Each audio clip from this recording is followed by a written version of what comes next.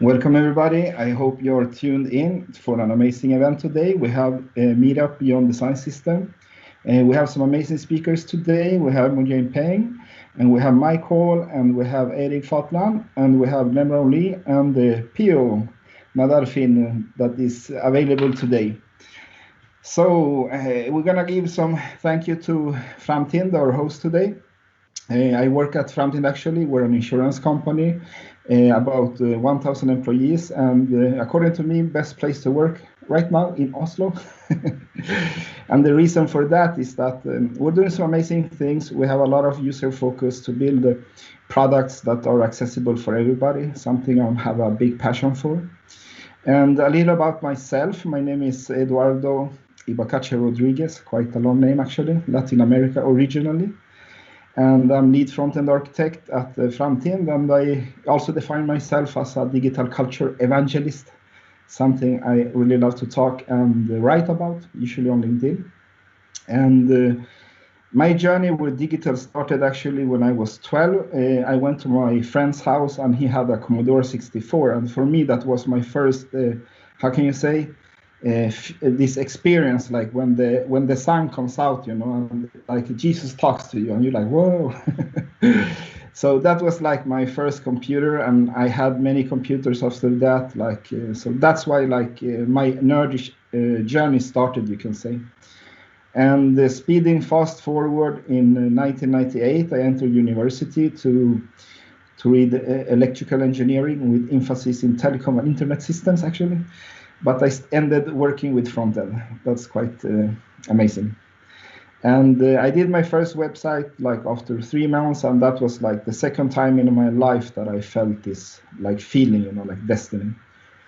And I've been doing that for like 20 years and been doing like front-end design UX, and I really love the craft. I really love the part of what we're doing is actually used by somebody.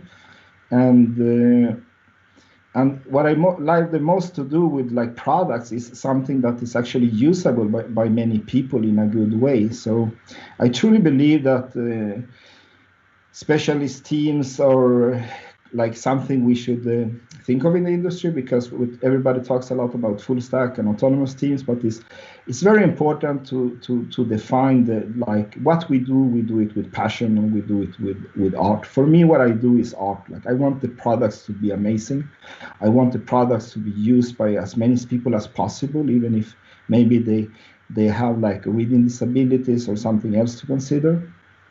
And most of all, I believe in company culture. I believe in we culture. We is like something that is what unites us. Like it's higher than autonomy actually in teams. And for that, a design system is very crucial actually, because a design system unify all the teams together, like in a quest for having like a common principle for good design patterns, good front ends, and so on.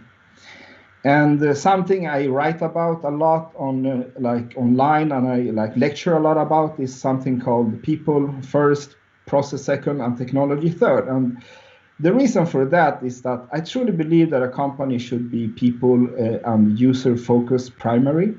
And the reason for that is that as long as it's the users that are using and loving our products, or maybe hating them if we're doing them wrong, it's user that should matter the most for a company, not process, not technology. As long as the people doing the product with passion and love, and not robots or AI, or doing these products, it's the people that work for the company that should matter the most. That is something I believe from all my heart, actually. And that is why it's so crucial with the design systems. I think it's something that should correlate with the company culture. And another thing is that beyond design system for me actually means more user focus.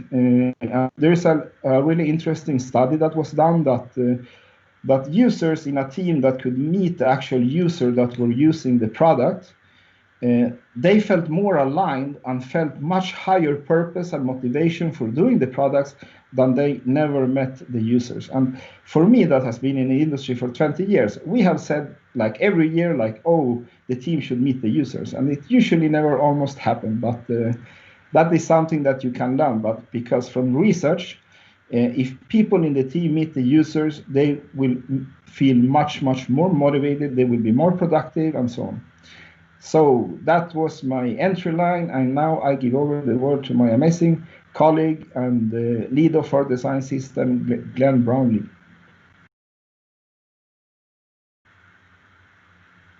Thank you very much, Eduardo. Well, it's a pleasure to be able to speak. Like Eduardo said, my name is Glenn Brownlee, and I'm currently the team lead for the design system team at Fremtin. Previously, I've worked as a front-end developer, as front-end architect, and so on. And I've been working with this company for the past 7 years, in its past as Sparbank 1 Insurance and now as Fremtin. I'm going to try to tell you some of the story behind our design system, which is called Jökull, and how we've sort of experimented our way forward. So Fremtind is an insurance company, and it's owned by Sparbank 1 and DNB, two large banks in Norway. We distribute our products through these banks, and therefore we use our design system primarily for our prolific internal digital products. But our design system story begins on April 2nd, 2019, when the sitting president of Algeria, Abdelaziz Bouteflika, resigned. This was after months of peaceful demonstrations by the people of Algeria after he'd announced his candidacy for a 5th presidential term. So after 20 years, the people were done, and they required his immediate resignation. And at noon on the exact same day, I was in a meeting on the 7th floor in the Fremtin building in Oslo to discuss the establishing of a design system team for for the newly formed company, Fremtin. And frankly, I was a little ambivalent to this idea. In part, it felt like we were sort of assembling this small single governing body which would determine the outcome of our entire design system. While at the same time, I knew the importance of distributing this ownership to the system. So would this team maybe be perceived as a coup attempting to control how we produce our digital products? Or would we succeed in reconciling diverse opinions and comments in this common system? Or would we eventually be deposed by an insurgency? Although the jury's still out on that, I'd like to tell you about some of what we've experienced. So design systems should be built on collective culture and not individual achievement. You need the inclusion of the people who will participate in the design system, and they need to understand why you have the system you have. It needs to become not only accepted, but even normal to work the way the design system dictates. So if all you have is a component library, you don't have a design system. You merely have an example of a design implementation. However, once people become part of the movement, that's when you have a design system. So the various parts of the design system needs to be built by the people familiar with the various product needs. This, of course, doesn't mean that the design system should become design committees. We all know that designing by committee produces mediocre results. So if not design committees, what are we actually talking about? How do you utilize your cultural and organizational backing? Again, the people must solve it. But everyone can't be involved in every single problem, like I just said, so the people closest to the problem must solve it. And they do it in their context, since they're the ones who can best assess the end results. But we can narrow this down even further. The people closest to the problem with the relevant skills solve the problem. We have weekly design system forums, and in the first half hour of this forum, we use it for general discussion, presentation, demos, Q&As, and so on. But the second half hour is spent on more specific contributions in breakout groups.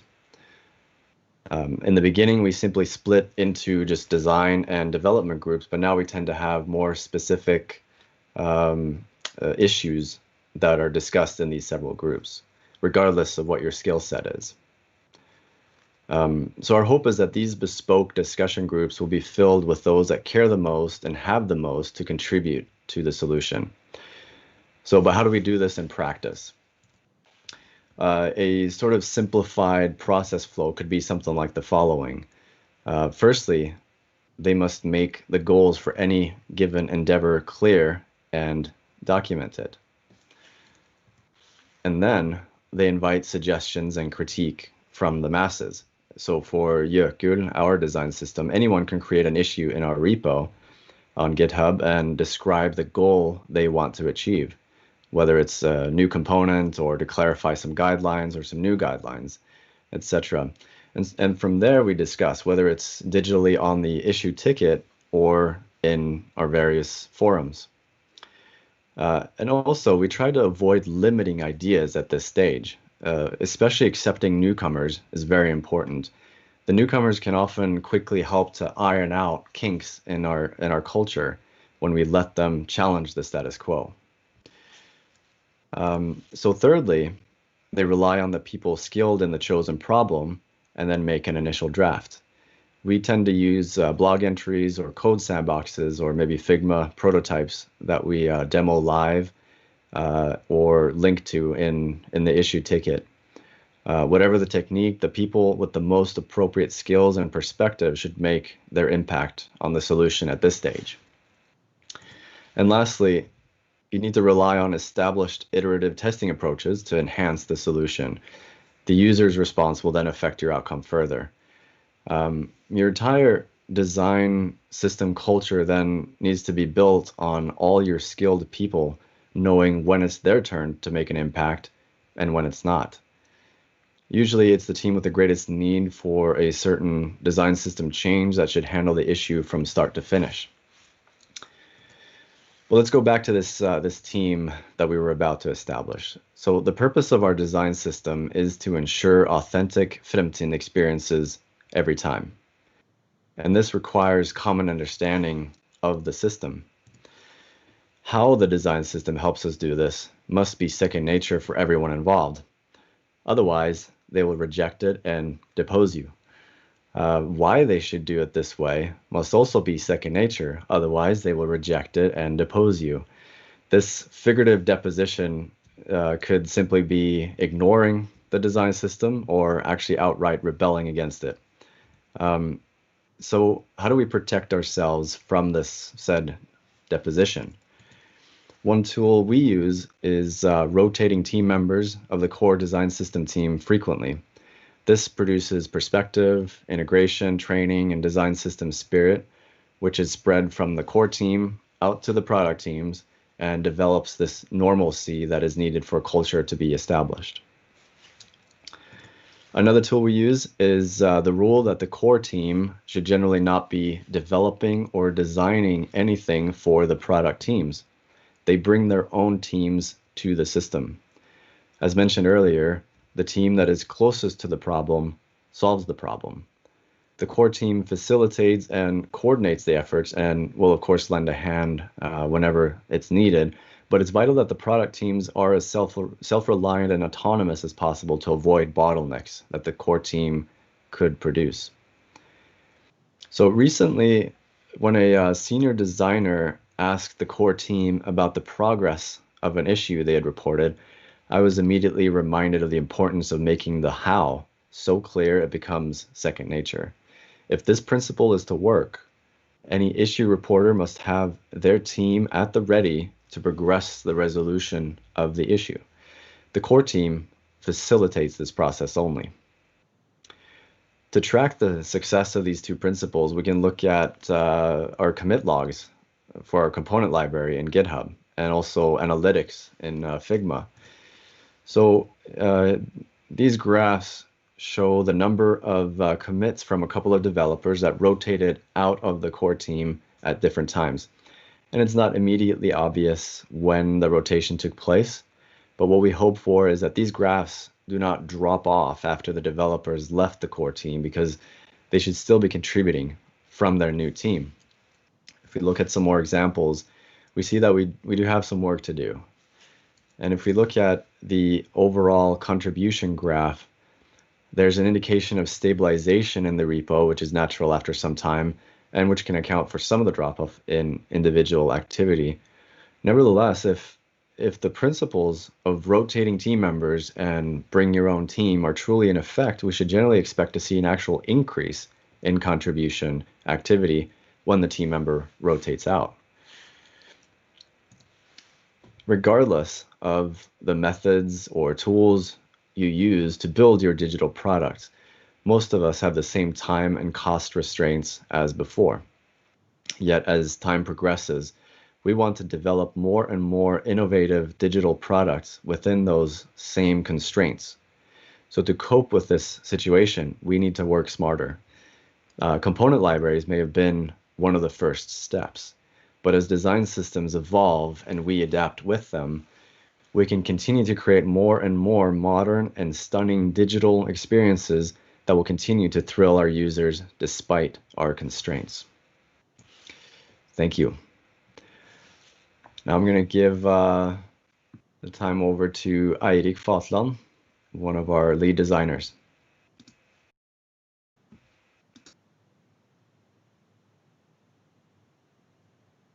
Thank you, Glenn.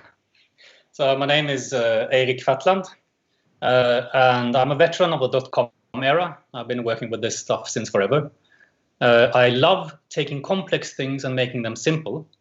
And I also love taking simple things and pointing them and saying, see how complex this thing actually is, which is what I'll be doing today. What do you think of when I say design system? My guess is most of you know that design systems are more than component libraries, but the first thought in many of our heads is still the component library.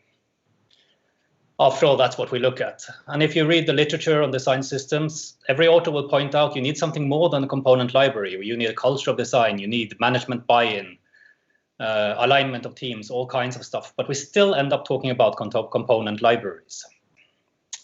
So I'm going to discuss the role of component libraries regarding design systems. I'm going to talk about why component libraries are good, why there might still be some bad things about them. And to prove that they are good, I'm going to talk about something ugly. And we'll begin with the ugliness. Back in a previous job, I was the first in-house interaction designer in a large organization. And within a week of starting work, I was asked to settle a dispute. Should the OK button be to the left or to the right? Now, this pattern is not so common these days, but at the time, this was a question that was well suited to create heated animosity to the point of fistfights. People had strong feelings about OK cancel or cancel OK. So I read the literature and I wrote an official memo that decided our organization's user interface policy for this question. And then we fixed our buttons so that they all follow the same standard. Fair enough. And then somebody said, there's this consultancy. They're making a new e-commerce site for us. Could you contact them? They wanted to know what's our policy on action buttons. Aha, I said, and emailed off my memo. And then went for a summer holiday, walking in the mountains, and then didn't think much of it until about half a year later, when somebody approached me and asked if I had seen the new e-commerce site. No, I had not. Well, there's some problems with it, and they say it's your fault. Really? So I had to look up the site for myself, and it looked something like this. Now, if you feel a slight headache looking at these buttons, that's what's called cognitive dissonance, because this design pattern relies on a metaphor of time moving from the left to the right. And so following my button standard in this instance becomes just confusing. I had screwed up. I had made a mistake. And these kind of mistakes are kind of common when you sit down and write user interface guidelines.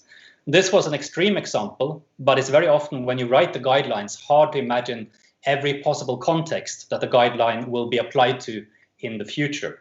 And it's also very hard to write guidelines from an in-house point of view that will be transmitted to third parties. Systems are more than the sum of their parts. This applies to cultures, organizations, and things. A bicycle is more than wheels, handlebars, and a seat and some pedals. It's a configuration of these things that make a bicycle a bicycle. If you try to optimize a single part or design the best shape of a single feature, such as the OK console buttons, without understanding the whole system, you can easily arrive at unintended consequences. I think bicycle seats are kind of uncomfortable, but redesigning them like this to make them more comfortable will bring the bicycle out of balance and make it really hard to climb up on top of. Now, this is kind of obvious, but it still seems that a number of business schools need to teach this point. You can't optimize a system by optimizing its individual parts. Now, component libraries are great because they help us achieve a number of good things. Save us time and money, they improve design governance, and so on and so on. And component libraries, because we can design and build components that come with their contexts. The button belongs together with other buttons, which belongs with a certain way of building forms and so on. They yield much better results than user interface guidelines. But can we have unintended consequence as a result of introducing component libraries? Yes, we can. And I'll mention some of the unintended consequences of introducing Jökull. Thankfully, none of them have been as severe as the OK console blooper. First of all, when we introduce a component library, we actually change the system we design within. And what do I mean by the system we design within? Well, I'm borrowing a term from the Norwegian design researcher Sigrun Lurås, also a former colleague, who writes about the design situation, the situation where we are actually sitting working with design, as involving three different systems. The system that we design, an app is a system, as is a bicycle. The system we design for, if we design a bicycle, it will be used on roads by people, the context of use. And then the system that we design within, the physical computers, the offices, the people around us, the culture, some of this stuff that Eduardo and Glenn already mentioned, constitutes part of the system that we design within. And in the world of design, the system that we design within is actually really important. Because design is not like, for example, insurance claims processing, that even if you change the computers and the culture and so on, as long as the rules stay the same, the results will be roughly the same. Designers will make radically different decisions based on the system that they design within. And when we design a design system, when we build a design system, then we are actually tinkering with all three systems at the same time. So it's simple, but it's complex. Think of a designer who's sitting down to design and thinking, how might I solve this problem? That's what designers do, is resolve design problems. The influences that are in our head are determined by our previous background, but also by the environment around us. In Fremtin, for example, we have weekly design critique sessions that have been important in establishing our culture in-house of design practice. In a design critique session, anyone can bring any design they're working on at any stage and receive feedback on it. Sometimes the feedback leads to discussions. The discussions involve everybody in the room, and thereby we become wiser. We also do this in Figma, and these days, of course, it's all virtual. Now, the Friday Design Critique is just one of the many institutions that we as designers in Fremtin rely on to get impulses about what is appropriate and inappropriate design. What are good ideas for the design I'm doing now? Could it be like what those guys over there are doing? And once we introduced Jökull, once we started building our in-house design system, we get some additional influences and institutions. There's a design system forum every Tuesday, there's the portal, the channel, and so on and so on. And Jökull changes the contents of our pre-existing institutions. For example, at the Friday Design Critique now, sometimes people have feedback on an element, and that element is from Jökull. And suddenly we have a discussion about the element in Jökull, which will then feed back into the design system. So some of the more visible results of these changes has been, well, as designers, we go to a bit more meetings than before. Unfortunate, but necessary. It gives a bit more powers to the doers. because the brand guidelines are owned by other people, but everybody in the office will learn what is appropriate in design, not by reading the brand guidelines, because those are for specialists, but by looking at the intranet and the applications that are designed using Jökull. Designers and front-end developers have grown closer, and I mean front-end developers specifically. We share this artifact. Jökull is ours. We have something in common. Now let us eat lunch together. And our design aligns more closely. Also stuff that is in print, that doesn't involve Jökull at all, gets a bit more of the Jökull look and feel. And Jökull also becomes a bit of the law, because you can sometimes get feedback in design critique sessions or by other people in the company that, oh, but that element isn't in Jökull. We can't use it. So this is the point I'm building towards, that the component libraries can also work towards becoming more conservative. Component libraries collapse the solution space, and I'll explain what I mean by that. This is a sketch by SDG, Scandinavian Design Group, our identity designers.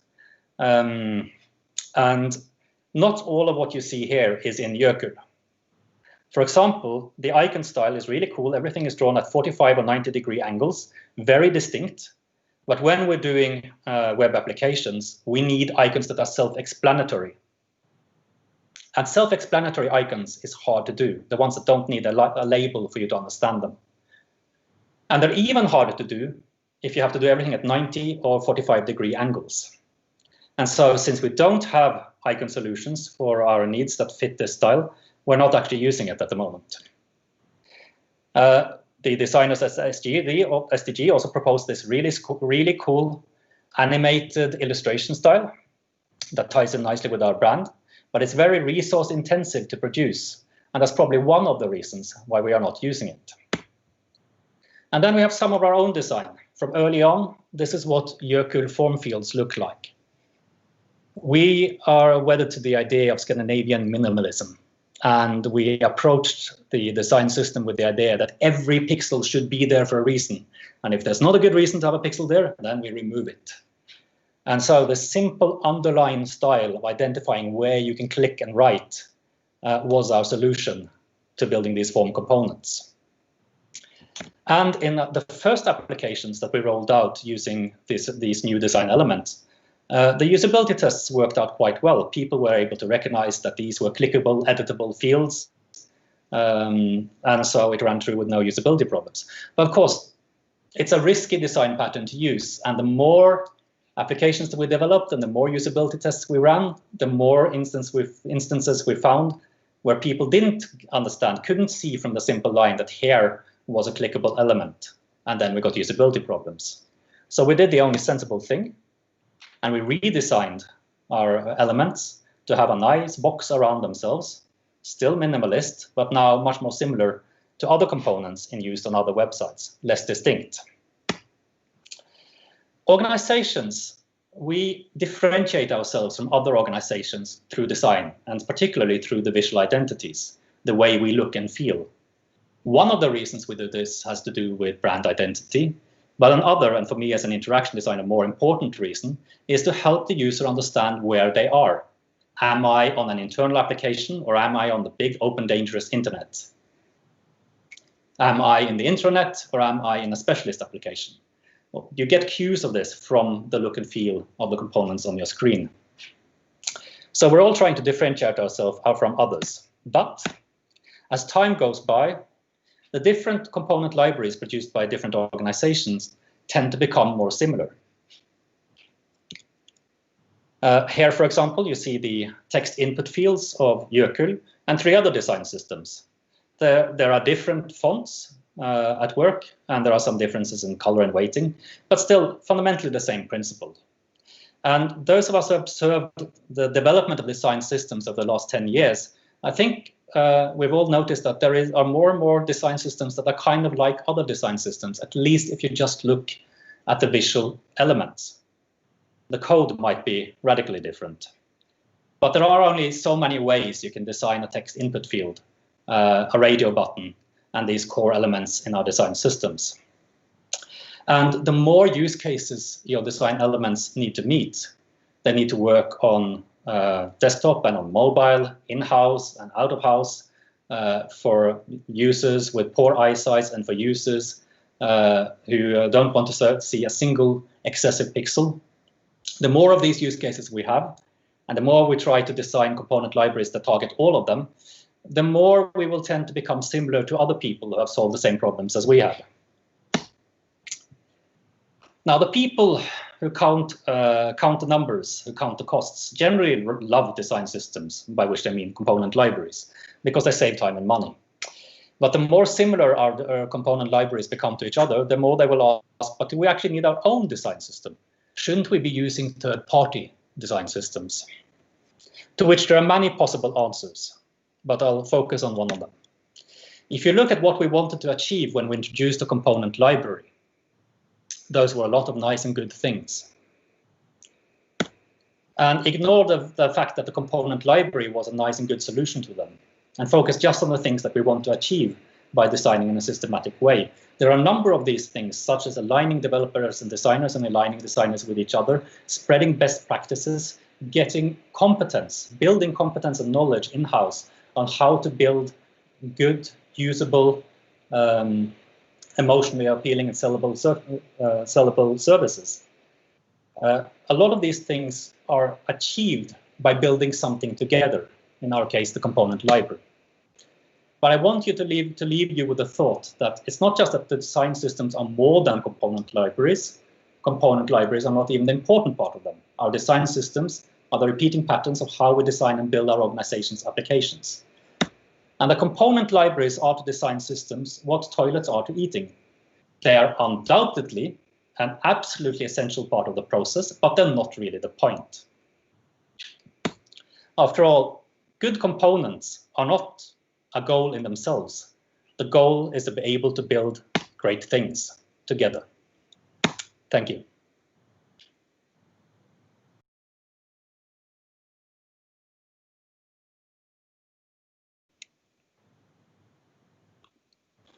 Thank you.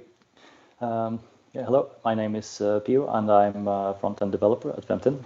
I also have an education within interaction design, and I've worked a bit as a graphic designer, so I have legs on both sides of the divide, so to speak. Now, we've heard both Glenn and Eirik and Eduardo show us that some of the main challenges that we have when working with design systems and some of the main problems that we want to solve, they revolve around people, and specifically around finding ways to communicate both ideas and other, well, everything in clear and effective ways, and also around creating culture.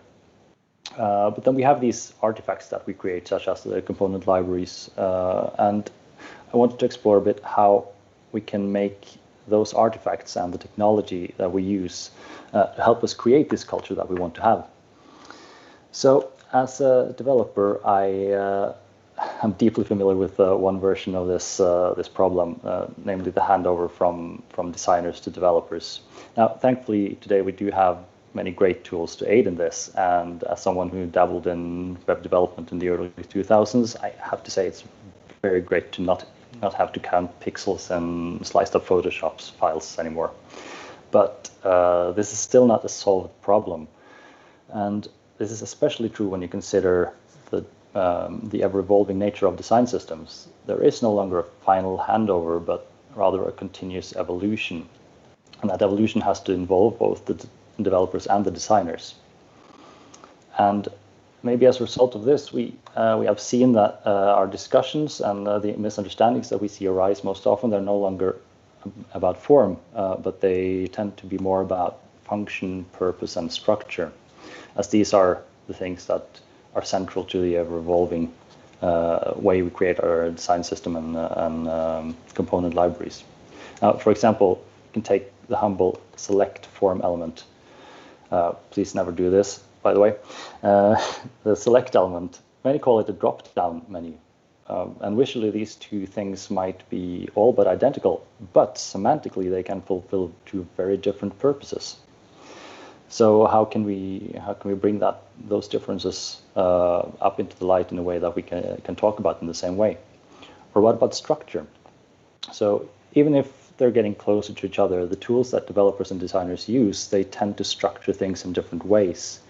For example, I recently had an experience where one of our designers contacted me about a component in our main menu pattern. You can see it in the top right here. It's a pretty simple component. It's a link, but it has to change a bit depending on the context it's in. And the designer, he struggled a bit with getting the spacing right, or the placement of the text and the graphics in it. And so we sat down and we looked at the way it was structured in Figma, our design tool, and also how it was structured in code. And when the designer could see the structure that was used in the code, and also, more importantly, maybe the restraints that we had to work within as developers, he was able to create a simpler structure that worked much better in Figma, and actually that also led to a bit of simplification in the code itself. And seeing how this common understanding of the structure of an element helped us create something better is, of course, very inspiring. But how can we make sure we communicate this structure or the purpose and function of elements effectively between the different roles? Now, thankfully, we do have some tools and methods to help us on our way. So to help us talk about structure, we have adopted BEM, or BEM, which is short for Block Element Modifier. This is a CSS methodology or naming convention that plays really well together with atomic design, which of course is the basis for most modern design systems. We have atomic elements that combine into what's called molecules or organisms that again can be used to create templates and pages. And in BEM, you have the blocks representing these organisms and the elements, the atoms inside them. And this creates some very descriptive names that can be used in CSS classes and makes it extremely clear what element in code corresponds to what part of a design. And as a bonus, it also forces you to think about what it is you make. So for example, this date picker, which is a block, has an input element inside of it and a calendar wrapper, inside of which you find yet another block, the calendar itself. And by using this naming structure, we can talk about the date picker input, and we can know exactly what we're talking about, both in terms of the element in code and what part of the design is talked about, because we created an unambiguous name that is shared. And this same disambiguation, we can also get this for even more atomic values like colors and spacing by using design tokens, which I'm sure if you work with design systems for a while, you're pretty familiar with. But these are simple value identifiers like color info or spacing medium that can inherit each other and are used instead of hard coding the values they hold. Now this is very, very powerful because it lets us talk about purpose rather than form. For example, the error color, we know that would always be suited to show errors regardless of what the actual color value it holds as. And same way as with the BEM structure, it can share that same name, and we can share a way to talk about it across different roles. These design tokens, of course, also work very great combined with each other, as text style can combine with spacing to create a new meaningful purpose, like, for example, a header in the form step. And you can also see that you get the structure for free with BEM. Now, this is all well and good. These are great tools, but they need to be known and available for them to have an effect. So the most important decision I think we made when we started building our design system, Jökull, that was trying to collect all information and all the tools and all the information about the design system itself in one place. After all, these tools aren't worth anything if they aren't shared. We might not even be sure if they're the right ones. And after all, it's not only developers and designers that use the design system, but other roles as well. So ultimately, we wanted to create a single source of truth for information not only about the component library, but all aspects of our identity and our design system. So we set out to research existing solutions like Style Guidist, Storybook, and BrandPad, but we found that they were all too specialized toward one aspect of what we were trying to do. For example, BrandPad is very, very focused on brand guidelines, and something like Storybook is very developer-oriented. So none of them fit quite what we were trying to do, and also they weren't customizable enough to really fit our needs. So we decided to roll our own and build our own custom portal for the design system from scratch. Now, this portal could contain brand guidelines, but also principles, the component library, patterns, document templates, and even more in the future. And furthermore, it allowed us to use our own design system fully to actually show the principles, show the values, show the components in use. And of course, we could also then let the portal live very close to the artifacts that we create in the design system. And this is important in different ways. Now for the components, this lets us document all aspects of use on the same page, which means that the designers and the developers, they go to the exact same page to find out about the component they're trying to use. We also made the editing of these pages very simple by using markdown files that are hosted on GitHub, which lowers the bar for editing them quite a bit instead of having to use or to learn a complicated API, for example, when using Storybook. This actually has led to our designers creating pull requests on GitHub, which is pretty special, I think, and it's fun to see. And also importantly, it lets us have live and tweakable examples of all the things that comprise our design system. Not only the components in the component library, but we can also show updated values, for example, of the tokens, and show the brand guidelines in use and show our patterns. And by having all this info collected, what we hope to achieve is, of course, to bring multiple roles to the same place.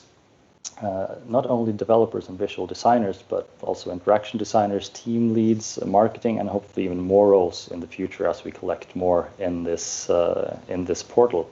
The hope, of course, is that this will spark discussion and debate across the fields, creating somewhere for this culture to grow.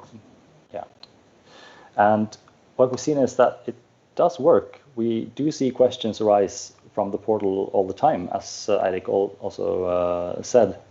For example, questions like, I see that this component behaves in one way in the portal, but another way in Figma. Can we fix that? When I use this layout spacing token, I get a different pixel value than in the sketches. Why is that? And combined with our other parts of our culture building efforts, like the weekly forum, stuff like that, this leads to constructive discussions that do help us iterate faster and push our design system in the right direction. Now, of course, this doesn't come for free. There still needs to be an initial drive to use all these tools before they can integrate themselves with our culture. So it's sort of a chicken and egg problem. But I think that what we can say is that by making careful choices of tools and technology, it can help us create culture, and hopefully also create and help your design system transform itself into not only a design system, but a system of design. Thank you. And finally, be sure to check out our portal at this webpage. Now, back to you, Eduardo.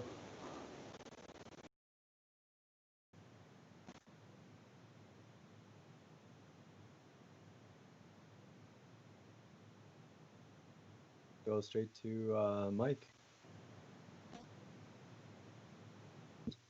Okay, thank you very much, Glenn. I think, yeah, I can just jump straight in there. I'm just going to share my screen for 2 seconds.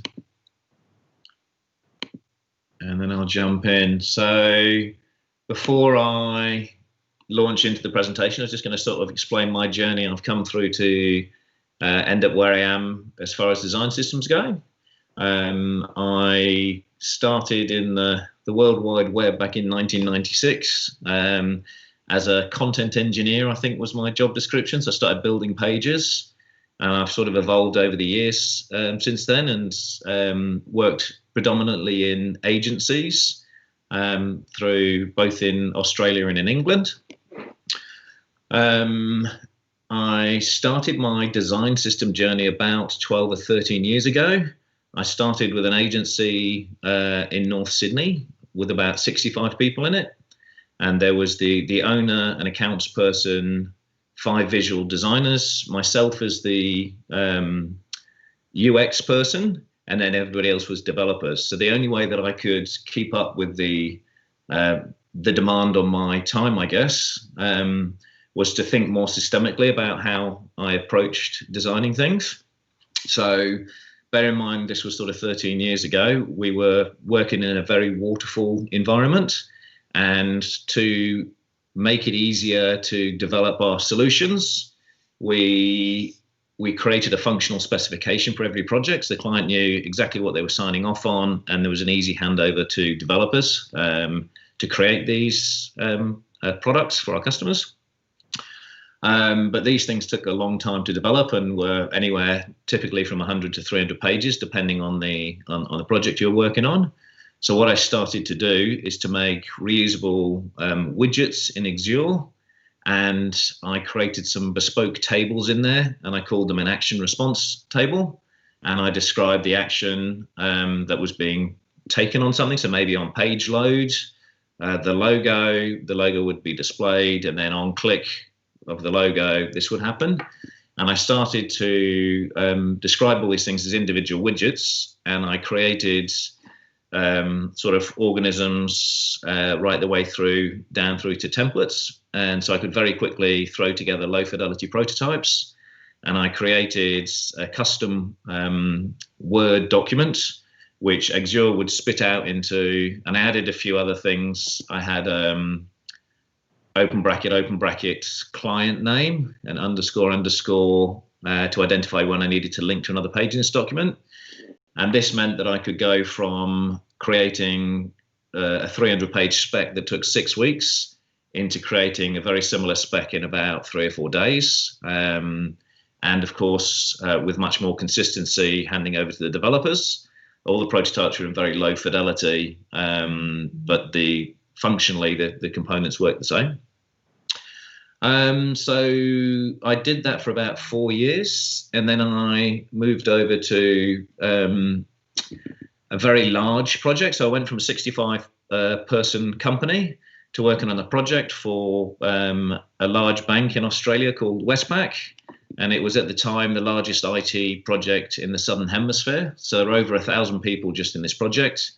And I went from being one of 3 UXers by this stage to being one of 22. And I was kind of thrown in at the deep end, and I was fairly horrified when I joined at the lack of sort of design maturity. So it was actually an American firm who was hired by the bank to replace their online banking platform from the ground up. So I quite quickly, I think there were 22 designers, and they were using 11 different prototyping tools to make their prototypes, which meant when one designer had the world's best date picker and another designer wanted to use it in their designs, they were effectively redesigning it from scratch. And then another business analyst from a different team was redescribing it every time. So I spoke to the head of UX at the time, and he agreed. I gave him a demo of what I'd done for the agency I'd been working in, and created a small proof of concept, and he agreed that that would be a good way forward. And we had an agreement to create a pattern library of all the components and something that we called a master page EUID, which was the funky name they had for a functional specification.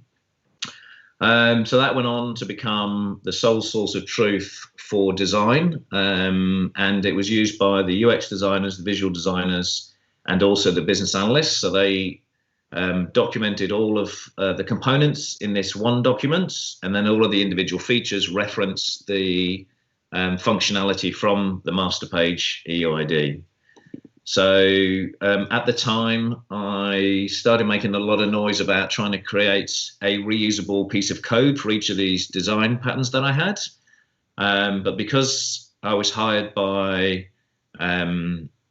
essentially a software development house who had been hired by a very large bank in Australia, I was more or less told to mind my own business, and I could do whatever I wanted in the design world, but I couldn't tell them how to design code.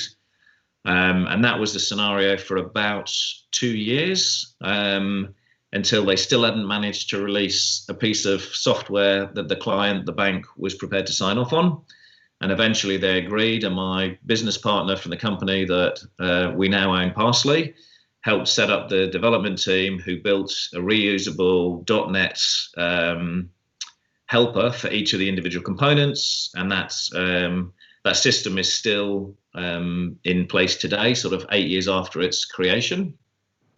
I then went on from that, without talking too much about the history of things, I went on from that to another one of what we call the Big Fours in Australia, which is a CBA, about a 60,000 employee bank, and created a design system for them, and then one for the New South Wales government for 1,500 websites to use, and then on to my current role for Service New South Wales, another division of the government.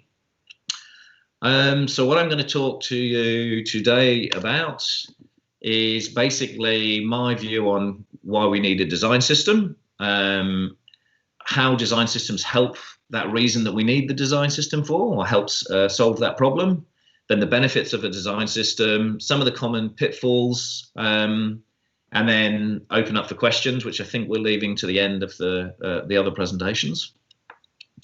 So why do we need a design system? So if you start with a fairly small, maybe you're a startup or a small team, and you have a fairly small cohesive team with perhaps a UX designer, a visual designer, a business analyst, and a developer, you have sort of good communication within your team.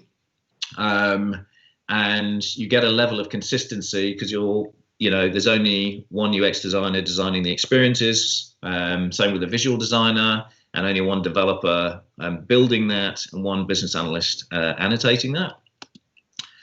But as you start to grow, you start to get inconsistencies creeping in, and you kind of hit critical mass, and you start to get different designers trying to solve the same problem with a different solution. And you have developers creating the physical manifestation of those designs in different ways, and you start to get to some inconsistencies coming in. And as you start to scale the number of teams you have, if we look at where I am now, there's 42 product teams with early 80 designers. At CBA, there were 99 designers and roughly 50 product teams. What we find is that within the teams, because most places now working in sort of a Scrum methodology or an agile methodology using Scrum, is that the communications within the teams are very good. And, Scrum teams are set up to be self-empowered, and you're given a problem to solve and you find the best way to do it. But the problem with that is you start to get inconsistencies within disciplines. So I'm self-empowered to come up with what problem I'm trying to solve, but so is my fellow designer in another time, and he or she may come up with a different solution to the same problem, which of course gives us inconsistencies. And the same is true across all of the other disciplines within the teams. So with these inconsistent solutions, you got 3 different teams. They've all got the same problem to solve, to select a date. And of course, each of the individual teams comes up with a completely different solution. So this leads to not only inconsistencies in the design, but unsustainable code and products that are slow to release. So with the inconsistent designs, it's fairly typical without a design system to have some sort of sticker sheet or some source of truth for your design, which may or may not be stored locally or on a server. But you can imagine scenarios where I download my sticker sheet and I make an update to it. Whilst I've got that down, I'm editing it. Somebody else downloads a version, I upload mine, and they upload over the top of it. And it's just very, very difficult to get a good versioning going. There's also the fact that if you make something available, instead of having to go off to Confluence or some other tool, SharePoint or something, to find these design assets all the time, it's just easier for me to download them locally, and then I just get out of sync with what other people are doing as things are getting updated.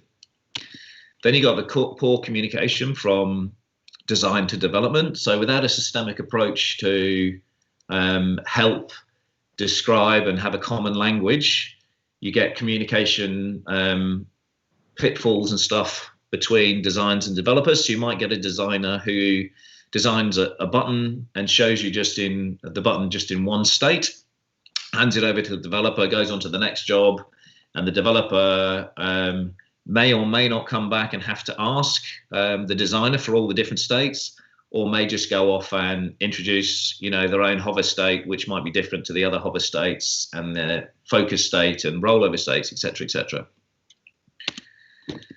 So then developers are re-implementing designs in multiple different frameworks in different ways. So I design a particular thing, whatever it is, a pattern for a way of doing something. A developer sees that and they can look at that as a problem that they've got to solve. And it's fairly common to look at it and say, well, I can do this design exactly how Mike wants it, or insert design name. But that's going to take me a week to do, or I can use Bootstrap or some other framework and do it in a few hours. So they'll start to get in, it's, as far as the developer's concerned, it's pretty much the same thing. It doesn't look exactly the same, but it kind of has the same functionality and kind of the same experience. So we'll just go ahead and do that.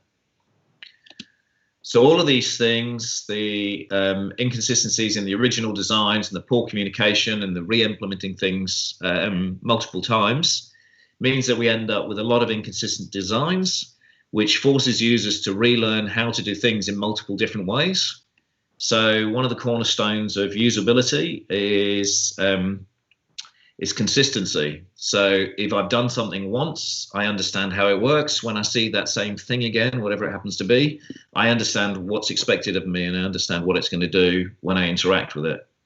And that's kind of torn away from your users at the end of the day. So the unsustainable code, with growing teams, and the levels of skill and different styles start to get introduced. So when you've got that one developer we discussed before, they code in one way and it's consistently coded because there's only one person doing it. And when there's two, maybe they agree on a framework. Well, once you get to 200 developers working on your products, you don't only have those different styles and the use of different frameworks, but you also have a significant difference in the levels of competence. So certainly in the last few companies I've worked at, it's been a struggle to get high quality developers. And a lot of the time it's seen to be a good idea to bring in people who are more junior and train them up on the job. But you sort of introduce these different levels of code. So the same experience is hand-coded in multiple different ways, in multiple different locations. So because I'm working in React, I'm developing this using all my React components, but my colleague in a different team is developing it using Angular. So they not only have they developed it differently, but it's also in a physical different location. So these things lead to code which is hard to maintain. So I can remember a scenario from this big bank I worked at where I first introduced the design system, and we had a thing called a field reflector. So in Australia, we have a thing called a BSB, which is a bank state branch, which uniquely identifies not only the bank, but the state that you're in and also the branch of that bank. So as the user enters these 6 digits, when they go to the next fields, and this is can be fairly horrible for accessibility reasons, but I'll skip over that for now. A little thing, just a little call out comes out on the side and identifies the name of the bank.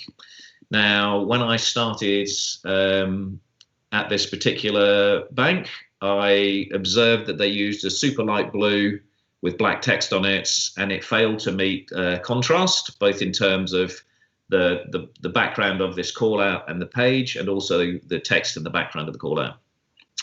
So it was decided that we would fix this, but we couldn't search by the physical color because there wasn't a systemic approach, no color tokens or anything to identify the color. So each of the developers had kind of used a picker and got different results, or they just picked a color that was close to it.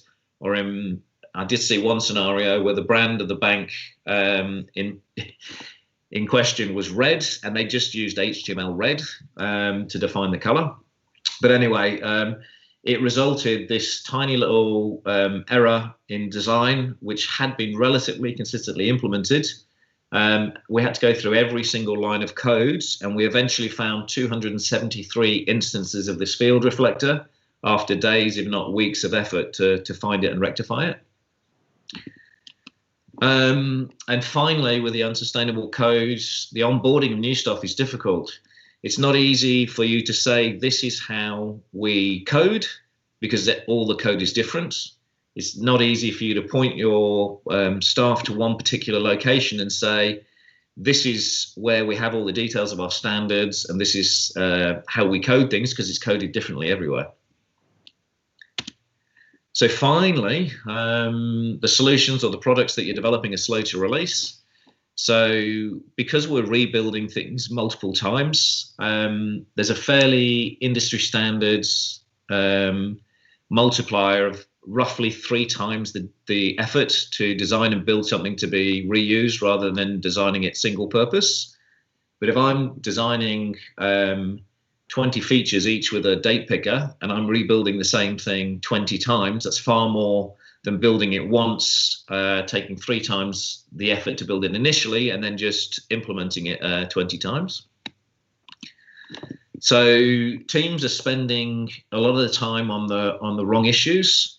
So rather than really focusing on whether or not you're fixing the right customer problem, it's so hard to release products, and it takes so long to design because we're wondering what the radius of the corner of our buttons should be and what the color of all the different states should be, and all the things that should be done once and rolled out multiple times are just killing time and making teams spend far longer fixing these silly little things rather than focusing on the true difficult issues from a customer's perspective, or from a development or design perspective, really working out all of the edge casing. Onboarding slow, we talked about that before, but during one of my design systems, we had the discovery done by Deloitte, and there was one of their clients who'd seen an increase from, I think, 6 weeks to less than a week for onboarding of new developers to come in and to be able to produce production-ready code. And of course, all of that leads to the process being expensive, which nobody likes. So rather than something taking you 2 weeks to implement, it might take you 16 weeks. So how do design systems help all of this? So they build things once and they build them right. So rather than multiple teams building a date picker multiple times, you spend a little bit extra time building one design for a date picker that fits most of your needs, and then you implement it multiple times. And it does take significantly longer to build that, but you are able to spend that time building that, making sure that it's fully accessible and the best code and easy to use for everybody else. So design system allow you to focus on the right things. So rather than spending hours, you've just completed a design, you've handed it over to the developer, and then he's coming back bugging you, asking you what the hover state should be. And you've moved on mentally to a new project, which you have to stop, down tools on that, and come back and fix the problem because you're blocking the developer, and then jumping back on to the whatever task you were doing. Then there's a common language. That's been a bit of a theme with the other speakers tonight, but a common language. I'm a big believer in having a common language right through from initial designs through to fully implemented code, so that when we're talking about a border of a field or something, we know exactly what we're talking about. So Pio, I think it was talking about having the individual components, any variables and states all clearly identified in the label. So we're all talking about 100% the same thing, rather than these cyclical conversations that are kind of fairly common when people are rushing to get things out the door. Finally, onboarding is easy. So all of your information is hopefully in one place, like a beautiful built design system we saw earlier. So we can direct new people there, and they can understand how to do it, and they know exactly where to go to get all of the standards, all of the principles, guidance on using components, and of course the individual components themselves. Then forecasting and planning is easier. So rather than saying, I've got to build this product or this feature on a product that has 20 things in it, and I'm uniquely building each of these 20 things, these components. Rather that I'm building something with 20 components in it. 18 of them are reusable components. Of those 18 components, I've already used 16 of them before in my previous projects, and I know exactly how long that took for me to do, so I can more easily forecast and plan. And all of these things above lower the risk to the project. So you've got more accurate forecasting and planning. Your staff are able to come up and be production ready more quickly. People are talking efficiently. They're focusing on the right things, and you're not rebuilding stuff again and again and again. And finally, money. So one of my projects, very pessimistically, was expected to earn to save 7.4%. To be funded back in to allow the teams to do more work and to focus on more project work. At that 7.4%, we were forecast to save 65 million Australian dollars, which is roughly, I would say, 40 million US dollars over a 5-year period. Now, before I left that project, which was about a year after we'd made this very pessimistic 7.4% efficiency, we were already getting 18% efficiencies from a design perspective, 44% efficiencies from a development perspective in, I don't recall whether it's iOS or Android, this is sort of 3 or 4 years ago, and similar, sorry, I think it was 25 for UX and 18 for visual design. But anyway, these huge figures, which were amounting to hundreds of millions of dollars over a 5-year period. So, common pitfalls, what to look out for with your design systems. So, the common language, there's a typo in there with level, I do apologize for that.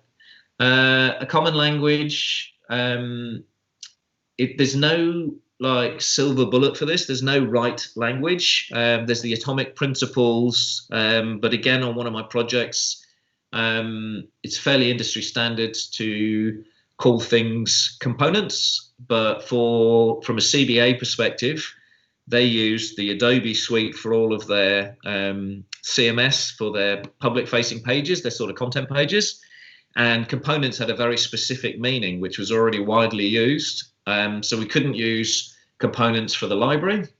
But I think as long as you have a common language that everybody uses and they use it consistently and it's well understood by the individuals, it's good. It's where you don't have an agreed on common language and you start to talk at cross purposes. The second one is a common understanding of what you hope to achieve. So you've got a common goal that everybody's fighting towards.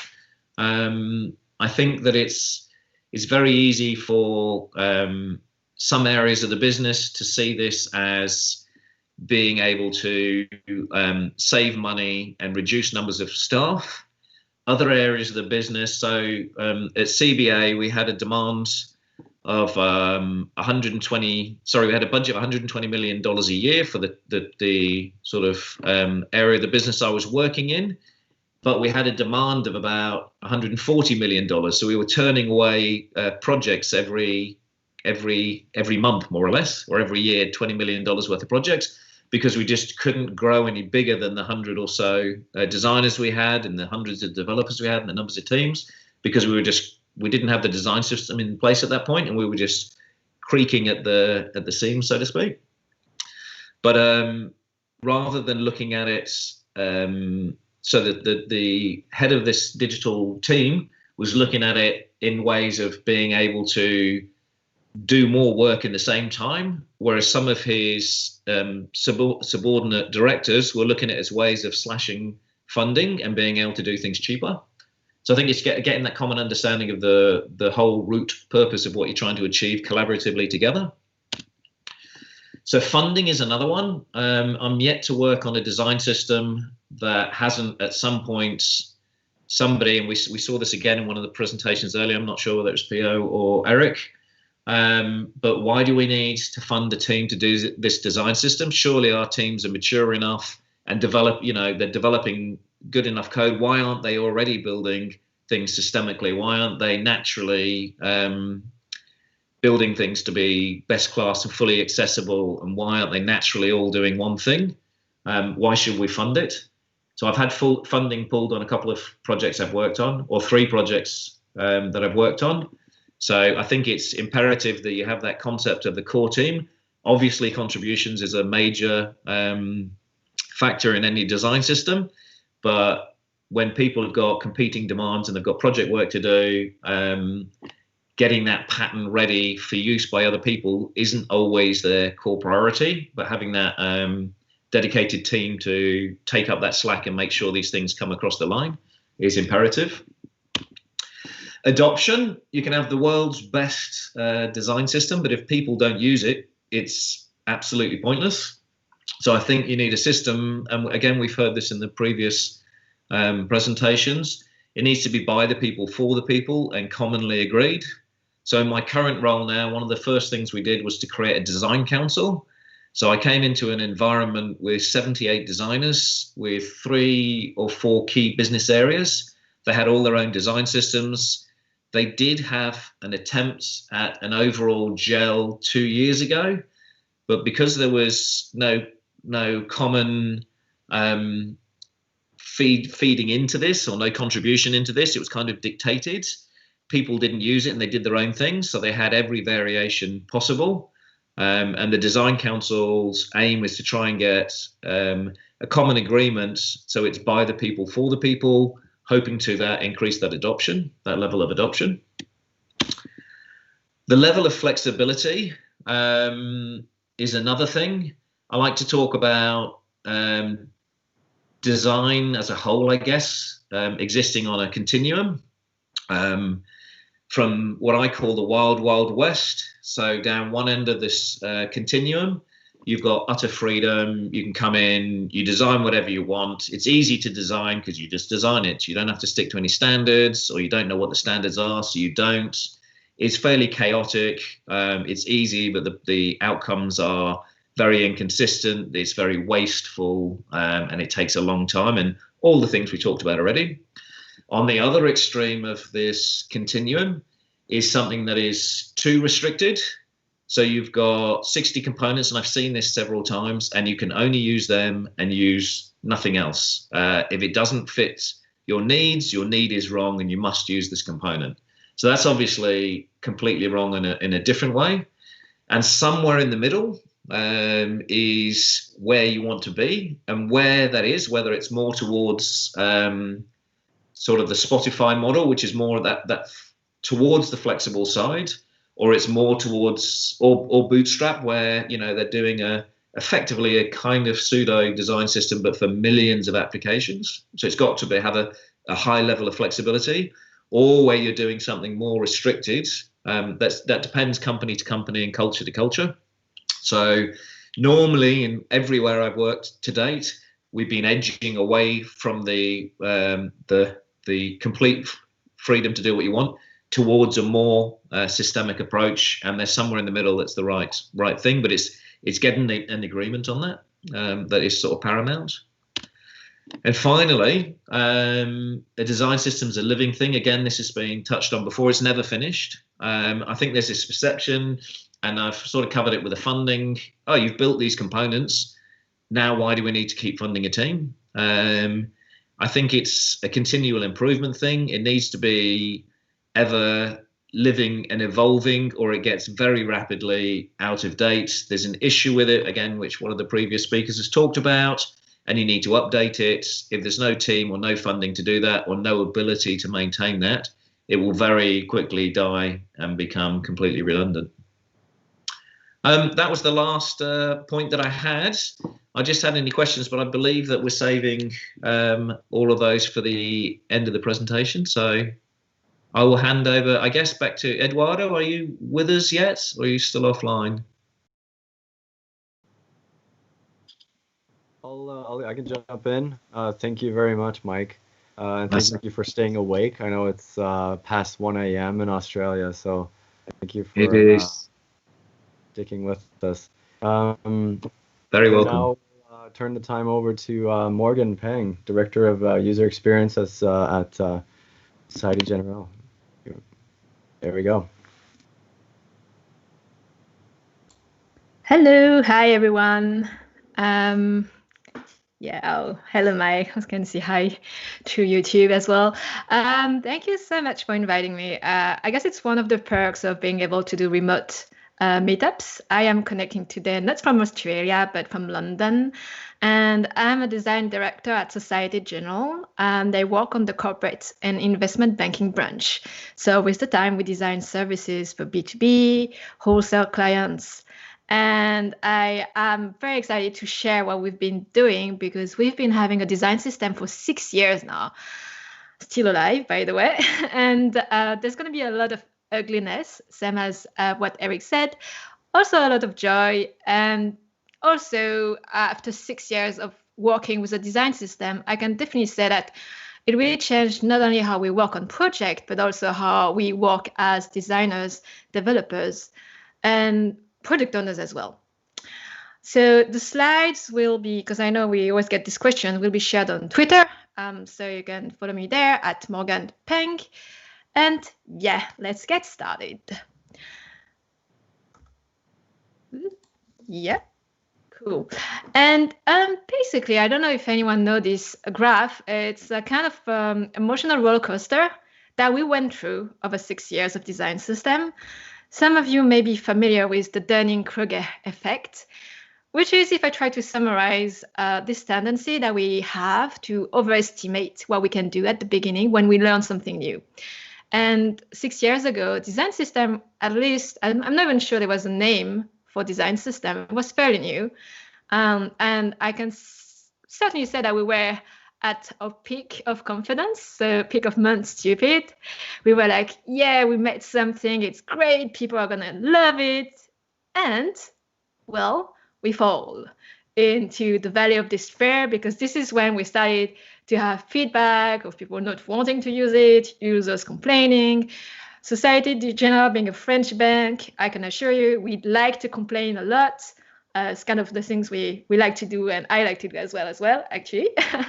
So we made a lot of errors, and so we had to accept that it's not so easy and work on what is called the slope of entitlement.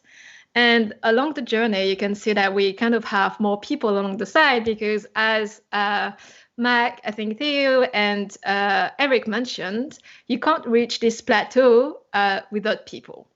And I suppose that the biggest lesson that we had, because we really started design system more for like a necessity of having design scale up in a big organization. But the real lesson here is actually design system is craft for sure. And we were really in for the craft, but it's most essentially people. And as I said, it really changed how we work with projects and how we work in our everyday life. And this is why when we talk about leadership on design system, we are focusing on people.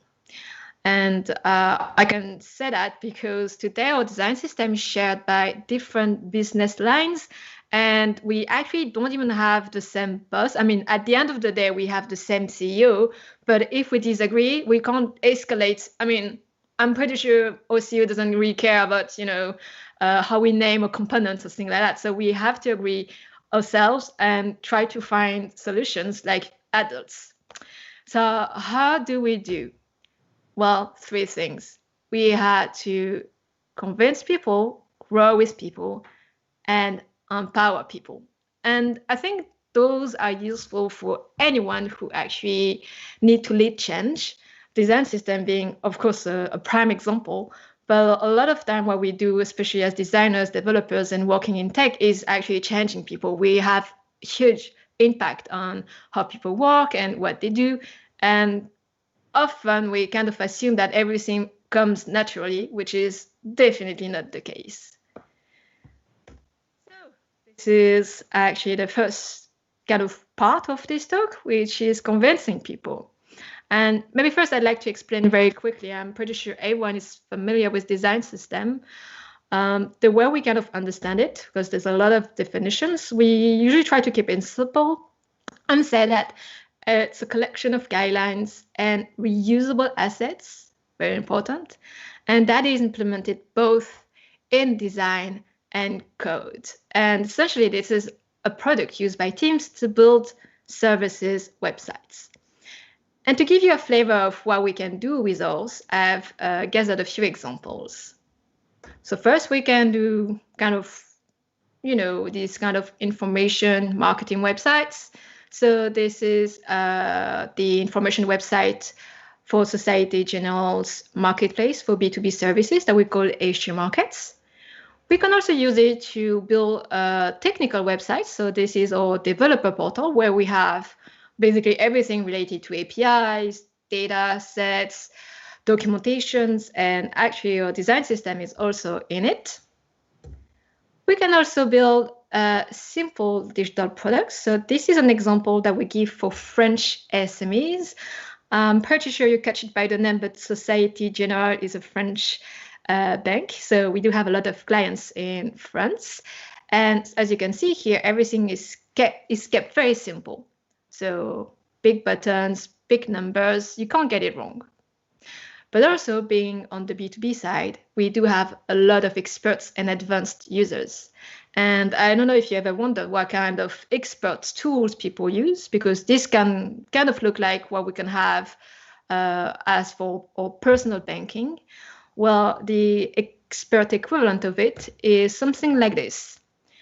So here it's our services for sales and traders, whether they are internal or external. So it's really for advanced professional clients. Those people, well, they kind of monitor the markets all day long. I am pretty sure that today they must be, just looking at those rates all the day because of what is happening in the States right now. And they actually need to trade complex products and they need to monitor multiple currencies at the same time. And their goal is not to discover how to place a trade, it is actually to be super efficient.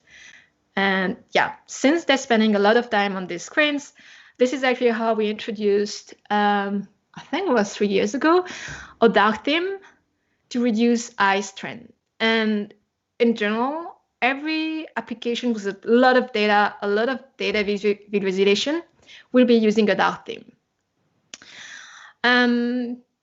And so that's a few examples. And we are quite proud today to say that actually all these have been made using the same design system. Because when we started, it wasn't really clear, and a lot of people were not convinced that it was possible to develop all these kind of different use cases with the same design system. And as of today, I'm not sure how updated those numbers are, but we have a lot of projects, so 780 here. We support 2 UI kits, so one in Adobe XD, one in Sketch. We had to, and that's actually in part 2, so I'll spend a bit more time on it, but we had to open also text stacks, which means, and being a big organization, we actually have everything, I would say. We have Angular, we have React, we have all the versions of Angular, all the versions of React.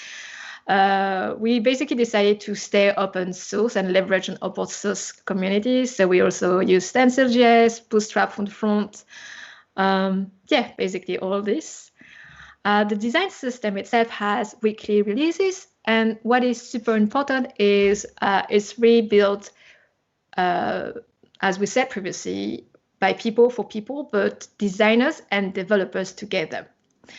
And again, I'll touch this a little bit more on this on part 2. So how did we make this happen?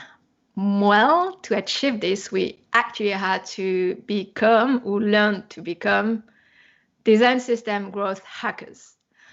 And basically, this is just a glorified way to say that we had to become design system salesperson. Because actually, and that's, I think, very typical of designers, developers, and basically people working in tech, is sometimes we are so in love with our craft that we kind of feel that everyone is kind of following that, and that everything should be just coming out naturally because it's so, it's a piece of evidence. But actually, the reality is other people, they have so many other things to do. They have so many things on their plate. They have to, release stuff on time. They have a lot of other bugs. They have their own roadmaps. So the question really is like, what's in it for them. And if you want people to be convinced, you actually have to adapt your pitch. Again, it's really being a salesperson here to them. And the way we've done it over the years is basically identifying the same way that we do persona in the design process. Same happens here. So basically we have those persons, so Paul, Anna, Fabian, Morgan, Jean, and Audrey. And for each of them, and they all do something different, they actually do care about different things. So people like Paul, who are project managers, what they care about is really doing more with less budget. So of course for them, and I'm reusing some of the pitch elements that Mike presented before. Yeah, everything related to cost, velocity, that's for them. Designers, well, I guess what they care about is not being wireframe monkeys. So they want to add value. They want to do real design. So again, design system, they will not worry anymore about which color, which shape, and all this kind of research will be embedded directly in it. Developers, well, they care about a lot of things, but I think what they hate the most is fighting with designers because it's 10 pixels off. And again, this designer developer handoff is something really important. And this is why we would really talk about UI questions and making things easier. Again, if you update something in the design system, it's updated everywhere. Design scale, well, I don't know if you recognize that's myself being overwhelmed by things not being consistent across the services, but I can actually tell you that except us and a few people, I don't think a lot of people care about it, because at the end of the day, they have so many things that they need to take care of that consistency usually is really not what they are paid for and what they care about. We have people like Jean who will be working at program levels. Well, what they do care about is maintainability, because without a design system, wherever you want to make an update, you have to reach out individually to everyone. And yeah, I don't know if the audience have lived through kind of rebranding and this kind of like logo updates. It is chaos. So those people would love design system for that. And on the client side, business heads, what they really care about is making sure that clients feel familiar with the brand, that they don't have to relearn everything every time they switch tools or services because it's been developed by someone else. And something very interesting here that I'd like to mention is when we started the design system, we talked essentially where you can see the red crosses to the Pauls and the Audreys. This is how we actually got buy-in to start the design system. Because again, people value cost and of course they value clients. But once this was done, it was quite different because when we talk about adoption, it's not really about the Pauls and the Audreys, it's really the designers, so the Annas and the Fabians, the developers. Because at the end of the day, they are the ones who have to change how they work. And if they're not onboarded, they will not do it. So again, depending where you are on the cycle, you kind of really have to adapt your efforts and just accept that sometimes we have to be salesperson as well. Few tips to finish this section. Like in everything, we have to understand other people's problem. I can go to see projects and say, oh, I love design system. I'm so passionate about design system, but they don't care. I need to care about their problems if they want, if I want them to be onboarded. Share concrete examples the same way I've done it. I don't know if you noticed, but I shared real examples of what we can build with our design system instead of just giving some theoretical like examples. Let people try the solution with no string. I'll come back to that on part 3. Prioritize critics and show it. Again, if you want people to be on board, you have to make sure that you do value what they say to you, and you have to show it as well. And at the end of every presentation, always formulate a clear call to action. Because depending on who you talk to, you're not going to ask the same if it's to a product managers, a developers, or a designers. So you have to make it clear what you want them to do next. And talking about next, that's my second part, which is growing with people. And this is where we're going to talk about the fun and the ugliness. which means when we release the first version of our design system, where we kind of fall into the valley of despair. So everything you can see on screen are actually real feedback pieces that we got. So we had real people saying, it hurts my eyes. Or, nah, I prefer round buttons. Oh yeah, well done, it's not for me because I'm so special. Or, oh yeah, sorry, I couldn't find it, so I moved on and I lived my life. And this is where we were like, oh la la, we were in for like design system craft. What have we done? The thing is, and as I said, we can't really do this alone because a design system is never done. And we learn with all the iteration that it's always something new because usage changes and technology changes. And also, like everyone, you will make mistakes. We made mistakes. But to avoid making too many mistakes, I think no, and especially the community loves sharing this. There's a lot of things that now you can prevent by reading, feedback online or attending this kind of talk. And this is what I'm going to share next, 3 big mistakes that we made along the way. And it's kind of interesting because designers and developers, we kind of actually walk the same way. I know there's a lot of design developer fights, but when it comes to design system, we actually have the same challenges. And the first assumption that we made is, oh, we just have to do the same as, you name it, Google, Apple, whatever. And on the design side, for example, and I think that it was shared previously by Eric on the input styles, we started to copy back in the days Google. If you remember, they had an underline. And so we were like, okay, we need big inputs. We need like this line like Google. And we realized as well, after doing testing and especially working on very advanced screens, that we can't have underlines. It was way too confusing. So we had to change kind of our decision based on that. And on the dev side, it's actually the same because when we started the design system in 2014, everyone was all about Angular. It was the Angular day. Then after a few years, everyone was moved to React. And I think today everyone is more about Vue.js. I mean, I'm not even following anymore those kind of, drama online. But what's for sure is in a couple of years or even like next year, I don't know, there's going to be a new technology. So at the end of the day, what you really have to do is informed decisions. It's okay to follow best practices. I mean, we don't have to reinvent the wheel, but you have to understand why you're doing this. And this research piece is so important because that means you can also decide when you want to change because you have new piece of information to change your mind.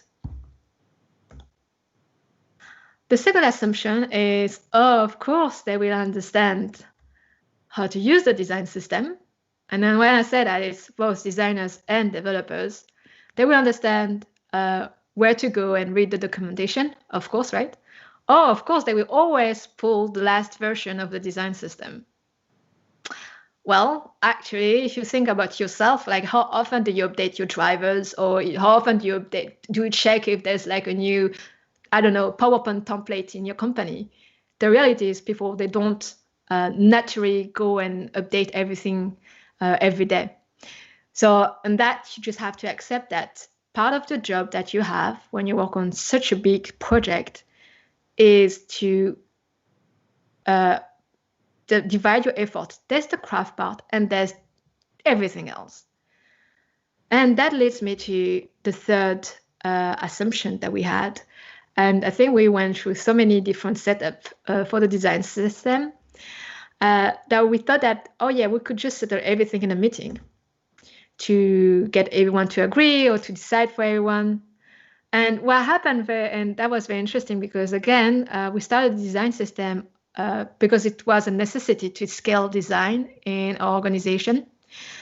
And first, we wanted to have everyone in our decisions. So we had like very big meetings and people started to complain that those meetings were chaotic and there was too many people. So then we changed the setup and we decided to put 2 people in charge for everyone. And then people are complaining again. As I said, we love complaining. They were complaining that actually like they were not part of the decision process, and then they felt that we were imposing stuff to them. And I'm not even talking about all those meeting inefficiencies, such as, when you think you remember you talked about something, but you're not really sure because nobody's taking notes of those meetings and tracking those decisions. So, and I guess this is so true today in the world that we are living in now. We had to move to asynchronous decision making. And again, to show you how this looks like, basically now we're tracking everything on GitHub. And you can see here that basically everyone can open a ticket. It's great for transparency. We can tab, we can tag if it's technical, if it needs designs. We can then have a bot to just follow up all the steps of the process.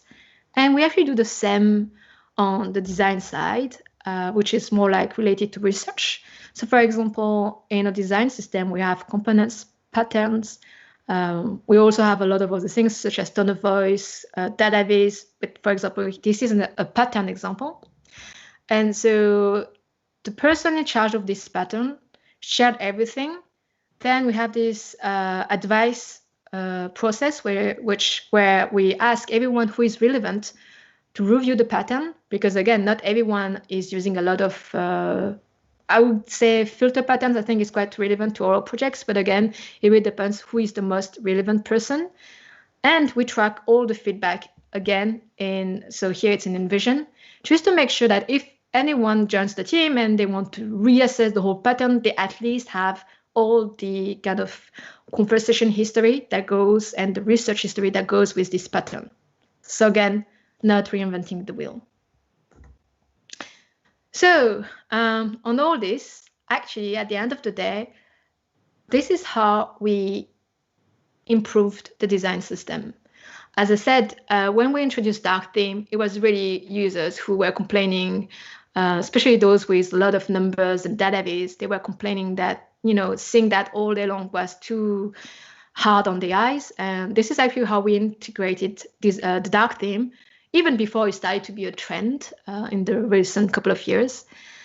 Also, the fact that people couldn't find the design system, this is actually how we started talking about it. So at least they are surrounded internally, externally, on LinkedIn, everywhere. They cannot ignore that we have a design system.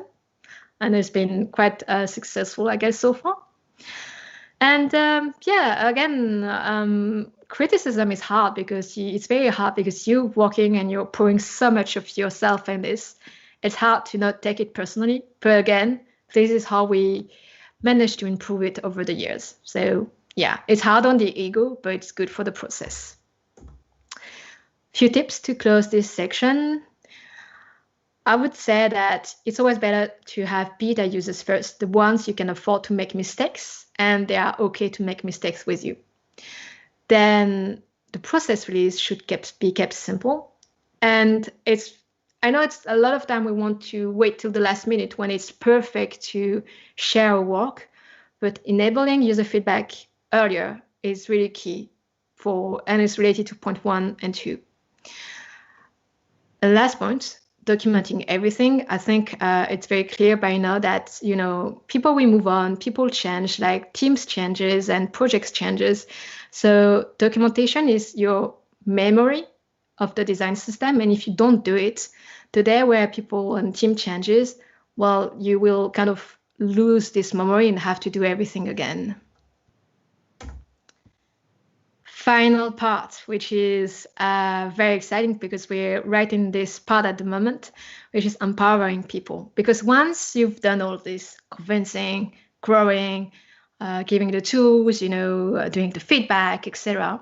So once you've reached this plateau of sustainability, what you can do is actually go further. And there's something I haven't mentioned so far, which is a big swear word. I don't know if you can guess what it is. It's governance. Yeah, because it's nice to have a project, but who works on it? Who says what has a say on it? And since the very beginning, we wanted to have the most relevant person working or contributing to the design system. So we decided to kind of apply this open source model to our design system, whereas anyone can open a ticket and make a contribution. So now I'm going to pause and ask, what can go wrong here when you open contribution and governance? Voila. There's a common misconception that people think that when you open your system, you go faster. Not necessarily, because it does take time, and I think even more time, to make sure that everyone agrees and everyone is on the same line. So it's not necessarily going faster, but for sure, what you will do will be more inclusive and relevant. And to avoid being overwhelmed by requests, questions, etc., we had to put in place a very structured process, which is basically something like that. So this is just a recap, just to give you the idea. But we've clarified that every single ticket that we have is one of those three categories: new components or patterns, feedback, suggestions, or bug reports. Anyone is welcome to open those tickets, but most of the time, bug reports are opened by developer. Feedback and components is basically everyone, so it can be designers or projects. Then, depending on that, well, there's different outcomes. So it can be maybe there's no work needed because we have something and people were not aware, so we just then redirect them to the right section. It can be a snowflake. Again, not everything needs to be in the design system. We have some very advanced use cases, and in that very advanced scenario, it's not worth, putting this code in the core design system. It would be just living locally. It might be an update. To give you an example, we worked on accessibility earlier this year, and basically now we have adaptive colors, which means all colors changes depending on the background, just to make sure that we have a high contrast ratio. And that was an update on colors because some clients couldn't see the prices properly. Or it can be something completely new. And to make sure that we kind of bring order in this chaos, as I said, it can be overwhelming. We put in place what we call the ASG, Society General Design System Council. And the mission of this council, it's not really a core team, it's more like a council, because their mission is to review all the requests, help people who wants to contribute, or sometimes finish the contribution if those people are not, they're busy on something else. And I would say that having this council also saved us of all those governance problems of having shared capabilities across different business lines, because we didn't want to have one product owner for one product line, another product owner, and have multiple product owners all sent by their own different business lines. So having one council in charge of everything, and designers in the council can move, kind of make sure that although we don't have the same boss, we have ultimately the same boss, we can't go to that person every time we have a problem. Those designers and developers are in charge of agreeing among themselves. Next up, which is also something very exciting that we've kind of experiencing at the moment, is once you've done all this, naturally, more needs will come up. And we've been working a lot on something we call the playground, because after doing all this work, and now all the designers and the developers are familiar with the design system, which means they all know the specs, they can give piece of CSS, they know how the grid works. Well, that kind of led us more and more to design in the browser. So we started to more and more look at the code, kind of tweak the code. And at the end of the day, what was really kind of useful for us was to actually have a tool that really allows us to design in the browser. And today, this tool is shared by designers, developers, and also product owners. I think we have, I do hope that it's going to work. Is this video working? Ah, cool. So this is an example of what we can do. So on the side, we have our components. We can play around with it. Again, it's live. It's the real piece of code. So then you can put it in the playground. You can share it. It comes with all our breakpoints. So we have 6 breakpoints. So from the smallest smartphone resolution to very large screens, like we do have screens that are 32 inches wide. And everything is linked, such as, you have the code, the design, and also the documentation, which means if you're not sure how to use the alert, you can just go there and look at how it's being used. There's actually, and so once you start implementing your own tool, what is very exciting is you can actually bridge more stuff, which means first it was getting, our first component on it. And now we're actually integrating other business components. So the one that are calling business APIs. So for example, we talked about a date picker. We have a client picker in the organization that is linked directly to our CRM. And so this is now part of the widgets that we call that with widgets. It's easier for everyone to understand. And so now you can also play around in the playground with all business components, such as calling APIs, etc. And we have other things we want to do, but it's way too early to talk about it now. We will share anyway, so that's if you're really interested in what we're doing. We do have a Medium. As I said, this helped us a lot communicating that we have a design system internally, externally. So once we've progressed on the playground, because we do have a lot of requests on it, I think we will share on there. And more broadly, we have other topics such as improv or designing for the corporate and investment banking area. So finally, what can we say on this? Well, I am very sorry, I have no tips for you on this, because people is hard. I mean, if this was a magic formula, everyone would be using it, right? But we're all different. I mean, isn't that the beauty of being different as well? I don't know. Maybe this is way too philosophical. But you can't apply a magic formula. And the worst thing is, if people recognize they're trying to apply a magic formula, this is very dangerous because you're killing trust here. Still, I could not leave this slide blank. So I do have 2 books recommendation. And that's why I think you really have to read through those books to really understand all the subtleties and the nuances. So the first one is by Frederic Laloux. It's called Reinventing Organizations. It's quite thick, but what is very interesting is Frederic is going through the history of humankind, how people have been organizing themselves from, the tribal period to kind of the big organization, and how I would say nowadays we try to have less middle managers and empowering people. So it's really, really interesting. And if you do have time, I really recommend that. Then there's something else we haven't touched upon on this talk is culture. And this book written by Erin Meyer is very interesting because I think she's American. She lives in France, but she walked everywhere. And so she kind of wrote this book just to explain to, I guess, American people that not everyone think like them. And depending on which culture you have, you may need more communication. You may not, give direct negative feedback.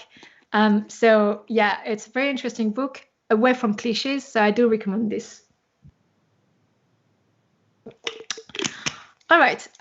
So we've covered convincing people, growing with people, empowering people. I'm not gonna hide it. It is painful. As I said, we initially thought that we were signing up for crafts. We thought that we would do a design system and to help on projects and live our life happily ever after. And 6 years later, we're still in it. And we're not finished, so I don't think we're finished so soon, because as I said, there's always something to be done, and technology and usage changes, practices changes. But at the end of the day, it's really worth doing it, because it really changes as well how we interact among ourselves. And I'm going to close my talk with a final story, which is a real one. I had one day someone contacted me, and the person was asking about special characters. Because at Society General, we are a big group and we have branches everywhere in the world. And you can see in this example that Komerční banka in the Czech Republic has the display problem with the C. So I knew that we chose a font and we did the test of all the internationalization tests. But instead of saying, yeah, don't worry, we've done it, trust me, I said, no problem. I did a quick test. There is no problem. Here's a playground if you have to look at it. And so at this point, I may want to add that this person that whose name is Bruno is not a developer and he's not a designer. He's just someone who works a lot with intranet and the communication team. And so he said, bravo, I was sure it was okay, but it's even better when you can see it for yourself. And actually the next day, I received another message from Bruno. By the way, I reused your playground to make a few others, and so far they seem all fine. And then they sent me 2 links, and I was very curious. I was like, okay. I opened it. So this is the first playground made by Bruno, where Bruno is having fun with different languages. You can see there's Vietnamese, Chinese, Japanese, and it's a bit small here, but what I was very amazed, I was so amazed to see that actually Bruno is actually using the right classes of the design system. So he's using display, what is it, 2? Yeah, and text X6 large, which is the right specs for the design system. And then I opened the second link, which is Bruno having fun with emojis. Honestly, I'm not sure what to say here, but my point is we did not force Bruno to use the playground. He went ahead, tried for himself. And actually, I think that was 1 year ago. And last time I was in an email loop with Bruno, he was like, yeah, don't worry, the design system, they have everything. And he's actually the one now selling the design system to other projects. So to me, and I mean, for me and the team, it's the best hint that we are actually heading towards the right direction. And if I have one call to action, remember, always finish with a call to action, to make in my talk is include people in your process, grow with them. Because we made this mistake of hiding everything for ourselves because we wanted it to be so perfect at the beginning. And I think we could have avoided a lot of troubles if we only had this at the beginning and included them at the beginning. And, you know, at the end of the day, it's also rewarding because it really spreads the design mindset. Thank you. Merci for your attention. I think Eduardo, you're back. Yes.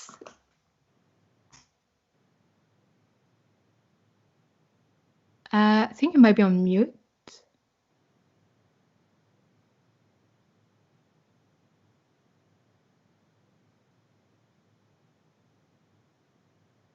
You hear me now? Yes.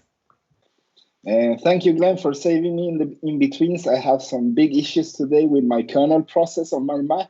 I can only have 4 programs open at the same time. But I think that is like what the design system is, right? We need to adapt all the time, right? We never expect what will happen. And thank you for amazing speaks, everybody. And now it's time for some questions. And the first question I would like to ask Glenn.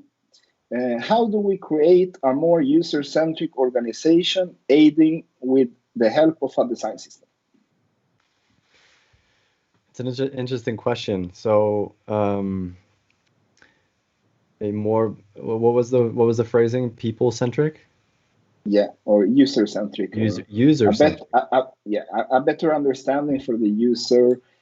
How do we make them think of the user first? How do we make them user test? How do we make them enable web accessibility in any product, either it's an administration tool or an end user product? Right. Well, I outlined this simplified process where the end, in the beginning, you start with the goal and then you end up with an outcome. And I think one of the challenges with the design system is if you spread it too thin, if the system is developed by everyone in the organization, you're gonna basically dilute your focus on the end user, because everyone in the organization have different end users, different groups, different teams have different end users.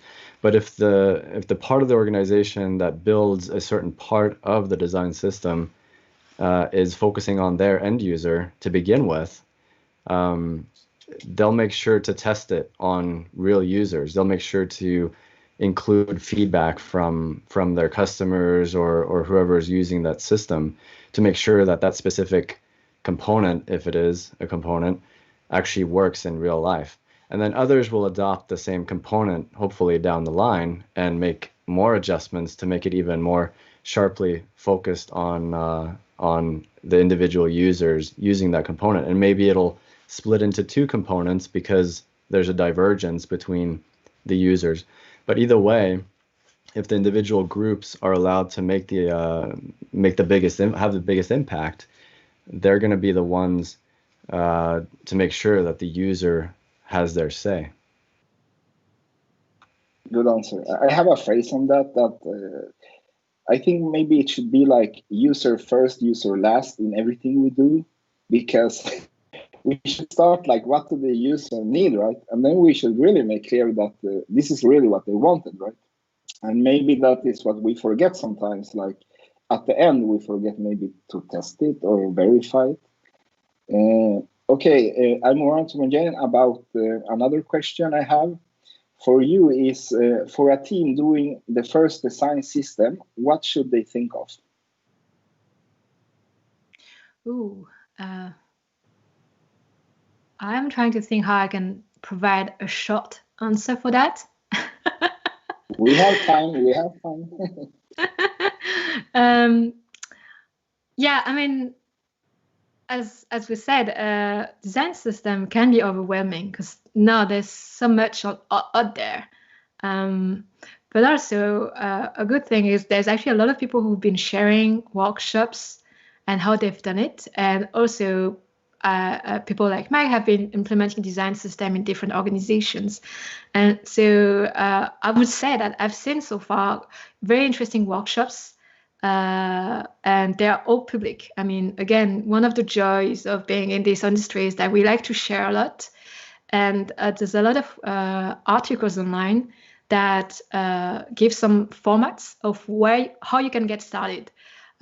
Two of them who are very interesting, I would recommend starting with design principles, because if you just want designers, we can assume that you are aligned with yourself in your head.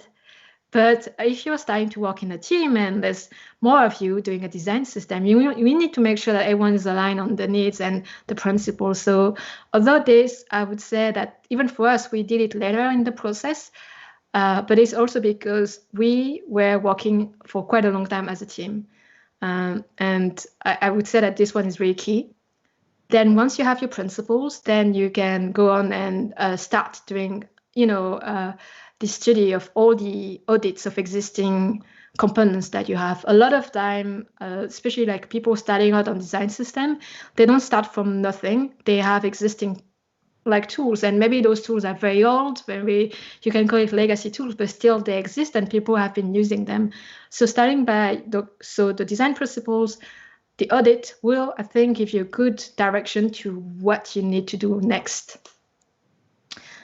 And yeah, from then it can go wide, really depending on what you want to do and what you need to do.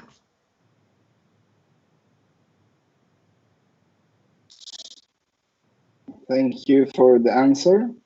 And now for Mike, I have a question here.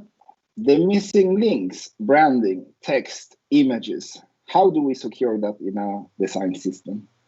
I remember when I started the industry, there was always like a copywriter in the projects, but then they disappeared.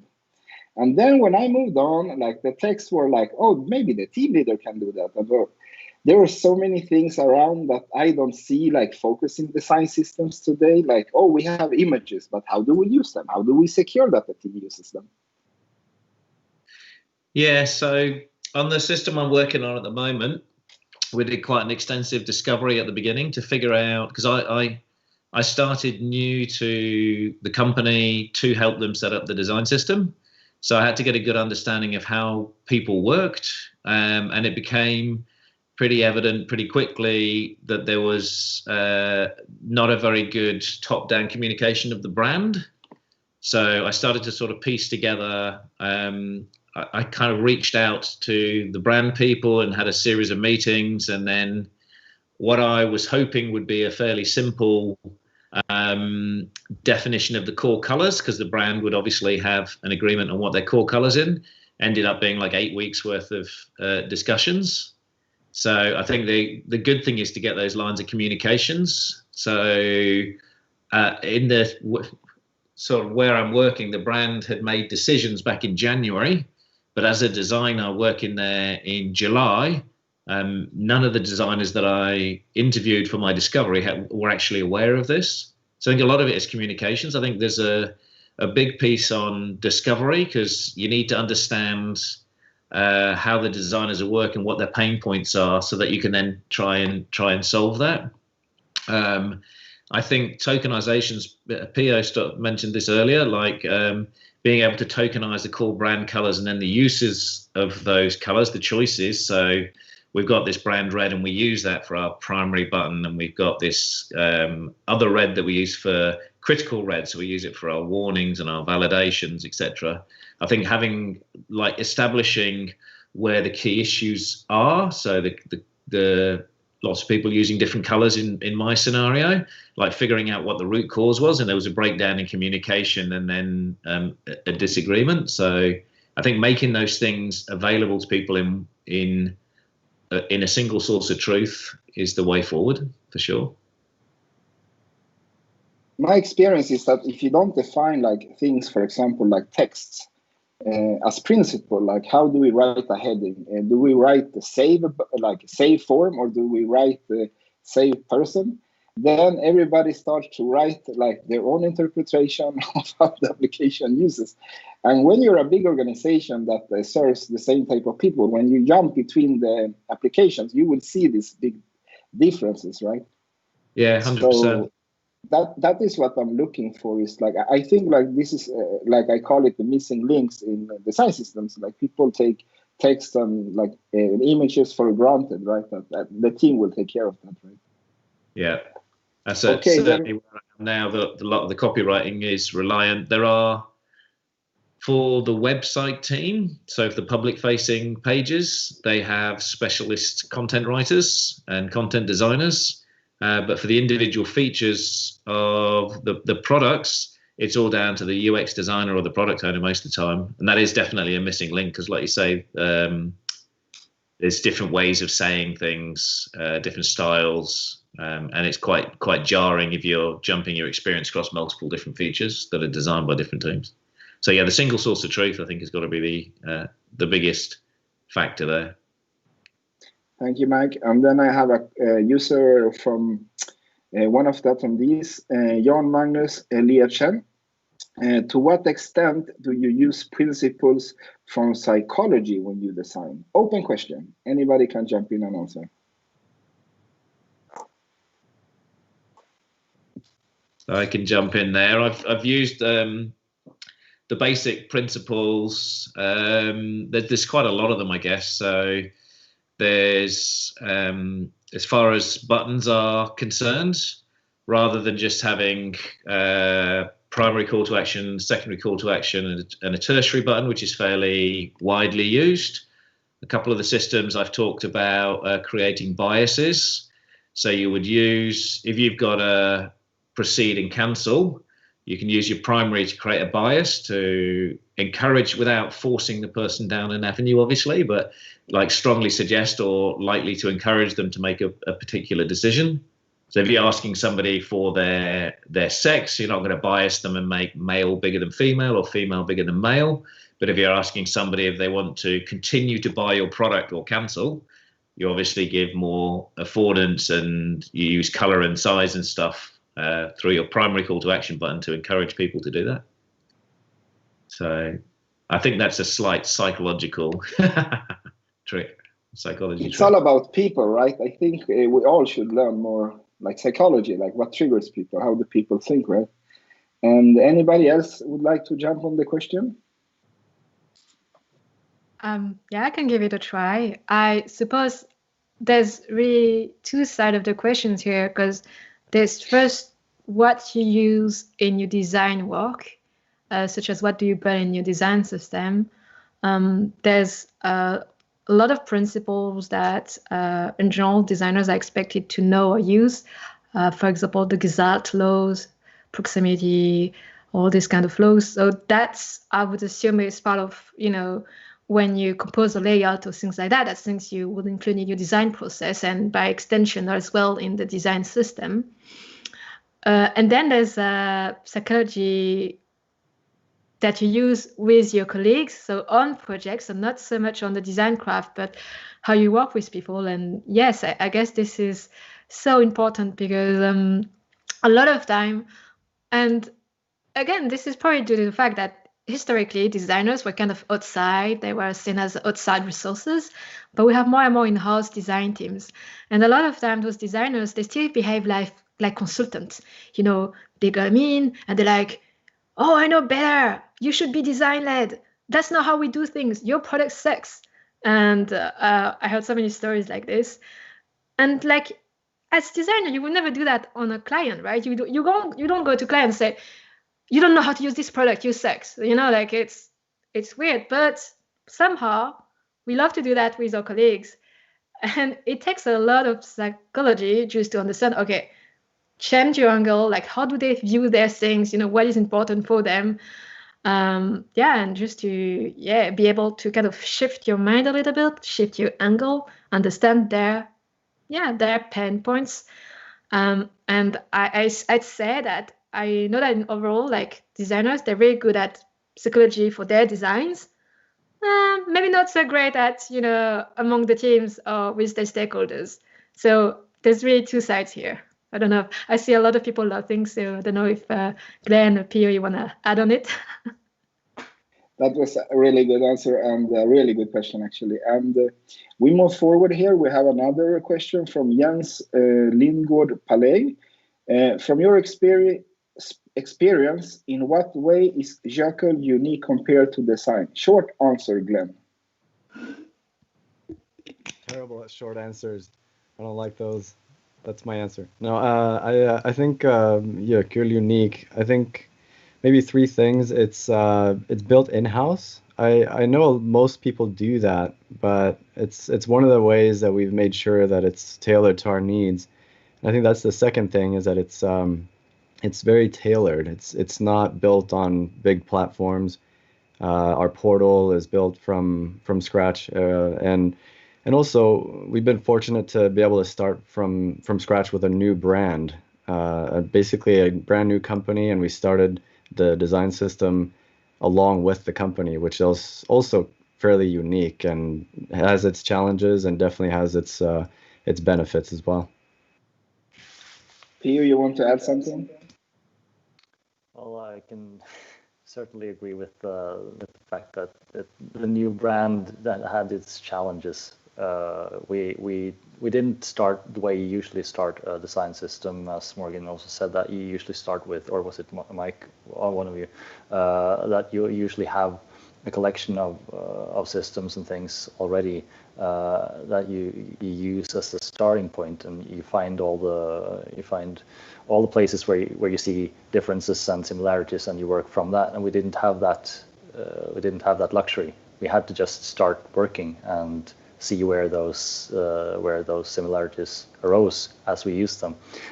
So that was, I think that's quite unique, and it was a challenge, but it was also it gave us some opportunities to do things in completely new ways, since we weren't bound within the limits of what we already had done. And it led to stuff like, well, of course, we ended up close to, in some places, close to what other people are doing, like Eirik showed with the underlined input fields. But still, we could try those things and do that. I think, that's a sort of unique experience that we had. For me, like joining, I remember like last year, Framtid, and coming from building another big design system.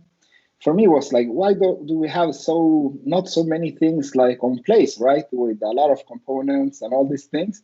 And then when I grasped the concept of like organic growing design system, because we started actually last year as a company, right? And all the teams must find a way. And when I really fully embraced that, for me, it was like, whoa, all design systems should be like organically growing, right? Constantly, I would say. Eric, you want to say something there? I just say hello.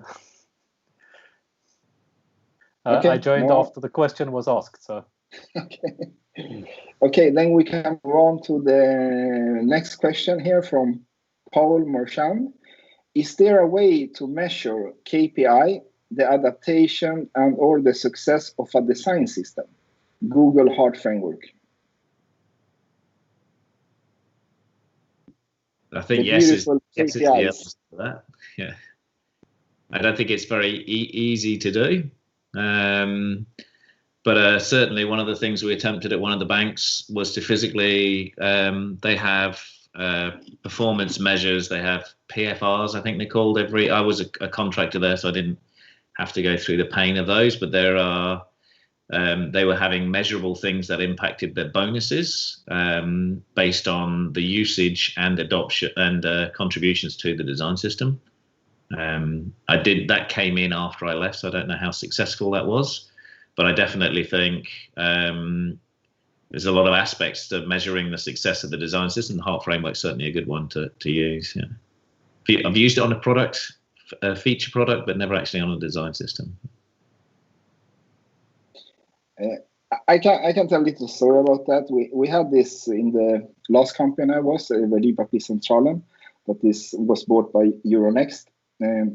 We had actually something with the text, how do we describe language? Because language in fintech is quite, it can be quite difficult to define language, the same in insurance that people understand, right? Because internally we speak this kind of words that nobody understands. In the stock kind of we build this kind of the systems for handling like the share stocks that the companies has, right? So we have expressions like easing, things that like security papers, words that people don't understand, right? And one day the support contacted me and said, hey Eduardo, 50% of the calls to support is from users that cannot log in. So I asked them like, oh, is login broken? They said, no, it works, but they don't understand the expression. And I said, what is the expression then? It says investor. I said, okay, what do they expect to be there? Yeah, like private person or company, because that is what is on the bank, right? When you go to log into your bank. So this little miss cost us a lot of money. And I think you can measure that with design. You can measure this with improving text quite easily and to show the leaders the importance of a design system. I truly believe that if we can capture the things that really affect and make us save money and improve and make better products, right? And then do we have any questions by the panelists to each other? I think I saw Glenn had someone. Yeah, I have a couple of questions. I was curious, a question for Morgan, actually. You mentioned that you use the same design system for your expert systems as well as for customer facing. How were you able to convince the other designers and developers that it was okay to just use the same design system, or was that even a challenge? Oh yeah, I remember that at the beginning. No, of course, people were not agreeing because historically, especially like if you look at how organizations are structured, working with people outside your business lines or outside your like team is not it's not natural, because as companies grow, you tend to get siloed. And although a lot of people say we don't want to be siloed, blah blah blah, at the end of the day, the people you talk to every day are your immediate colleagues, and it's not natural for people to stop there and say, oh, let me go and fetch the information somewhere else. So we actually started with some projects, and at the beginning, it's true that there was a lot of discussions around, does it really make sense to have a single design system? And I even remember like on our very advanced tools, such as trading applications, people were like, no, we don't want that design system. It's not efficient. We won't want code that we're not using. It's not gonna perform well. Whereas, it's just a kilobytes of data. I mean, it's like nothing, but it's just like the psychology. I mean, back to psychology, like just by saying, oh no, it's gonna be heavier, then suddenly everyone, including non-technical people, were like super stressed about it. So actually how it happened is actually and I guess it's like the story of the design system. We started with the core projects and we just kind of made ally with whoever wanted to use it. Because at the end of the day, maybe some kind of core team, they're too busy, they have other things, they're afraid of being, slowed down by your design system. But the other teams, and as I said, people change on projects and teams. Sometimes someone who didn't want to use it moved away, and suddenly it made everything easier.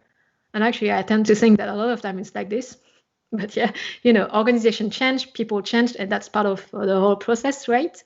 And you just have to wait for the right moment to talk to the right person to make this happen. And I guess overall, like in general, that's how it happened for a system, because we started for a couple of projects, and actually now it's shared across different divisions. So start with people who believe in it, keep the other people updated, and just watch for the right timing to talk again with them. I think there's also interesting thinking of it as a problem and a solution rather than something specifically for traders who are doing the same thing repeatedly and they're expert users in that field. So we've got the same situation where I'm currently working, where there's a back of house staff who do stuff very frequently, and they feel that their designs don't need to follow the design system because it's not public facing, but there's still the development cost and the UX effort and et cetera, to do that. So my perspective on that was to actually look at it as expert users and repeat functionality for people. So the same customer problem from a service agent on the phone with the back of house software, having to repeatedly do something, or being an expert at using a form and wanting to go through very quickly and do stuff, is the same for one of the customers that we have who are ordering liquor licenses. So when you look at the largest one of those, they're renewing licenses, hundreds of them a week, because there are thousands of them throughout Australia, some of the bigger agents. So those individuals, although they're public-facing pages, have the same customer problem as the back-of-house staff. So it's not really the distinction between the different people. It's about the need to be able to have something for repeat use and something for a novice user who's maybe never done it before. I would like to ask the. Oh, sorry. I would say that is so true, Mike. I guess an easy way to tell where, like, sometimes in the design system, maybe you're really missing components. To give you a real example, we have 4 sizes for our inputs. It goes from the biggest one to like the tiniest one that is actually on trading tiles, and it's just for them. Like, we wouldn't use those micro, buttons anywhere else, but we had to implement them because we were needing them on those projects. So that's a legitimate, request for those kind of advanced users. Where, you can think that something's fishy is when someone says, no, we have different needs. My users are different, and this is based on the business lines. And usually what I try to ask them is, all right, can you explain how different users use the internet compared to the rest of the users? Because I am really not sure that someone who is financing a bridge is using the internet differently than someone, I don't know, who is financing people's retirement, and most of the time, that's when they start thinking, I'm maybe not. But at the beginning, they're convinced that they need something different. That's true. We're all special, I think, aren't we? We've all got our own special needs. We're all unique. Yeah, I think this is a common issue. You want to mention something? No, just that I recognize the situation, and it is kind of a difficult line to walk, because sometimes there are distinct needs between different product categories and so on, but they're usually not the ones that product owners think are different needs. Yeah, and I don't think it's limited to that either. I think we see it both in designers and developers as well. I mean, we're both we love solving problems, so it's easy to get stuck on one problem and see how can I solve this problem, and then you fail to look one step above and see where this problem comes from, what it is you're really trying to solve. And that might be where those similarities are, that show that, oh, this is something that I can use this for, even though I think it's different, because you're looking at one concrete problem within that problem space, instead of taking one step back and showing people how to do that. I think helps bring acceptance. Then I have a follow-up question. That's my personal, the moderator question, a tricky one. So let's see, here we go. How do we secure that everybody is developing products to be used by everyone? How do we secure web accessibility? During my career, I don't know how many times a team have come to me and said, come on, Eduardo, web accessibility is not needed. It's an administration tool and design is not so important. And I said, are we doing products for everybody or not? Are you actually telling me that people with disabilities can't work in this company? They said, oh, come on, Eduardo. So how can we go beyond this, come on, and that web accessibility and doing products for everybody is something natural that everybody really believes in? So is that an open question, did you say? Or? Yes, that's a question. Yeah, so how do we secure that? The way we attempted to do that, and I only did the first 2 of 6 of these exercises, we tried to move away from the W3C guidelines and make it more humanized. So explaining to people, I wrote a piece on designing for people with autism. There's a lot of research out there in the industry, and it made it, the attempt was to make people not try and understand 300 rules, but to get empathy for somebody who is struggling. And at the end of this maybe 30-page presentation, the end 3 sort of recommendations were all good design principles anyway. They were just applied in a particular way. But it was, for me, it was trying to get, we always talk about designers getting empathy for their users, but switching it from being away from a rules-based, an implementation of 300 very dry rules, to being more about designing for your users.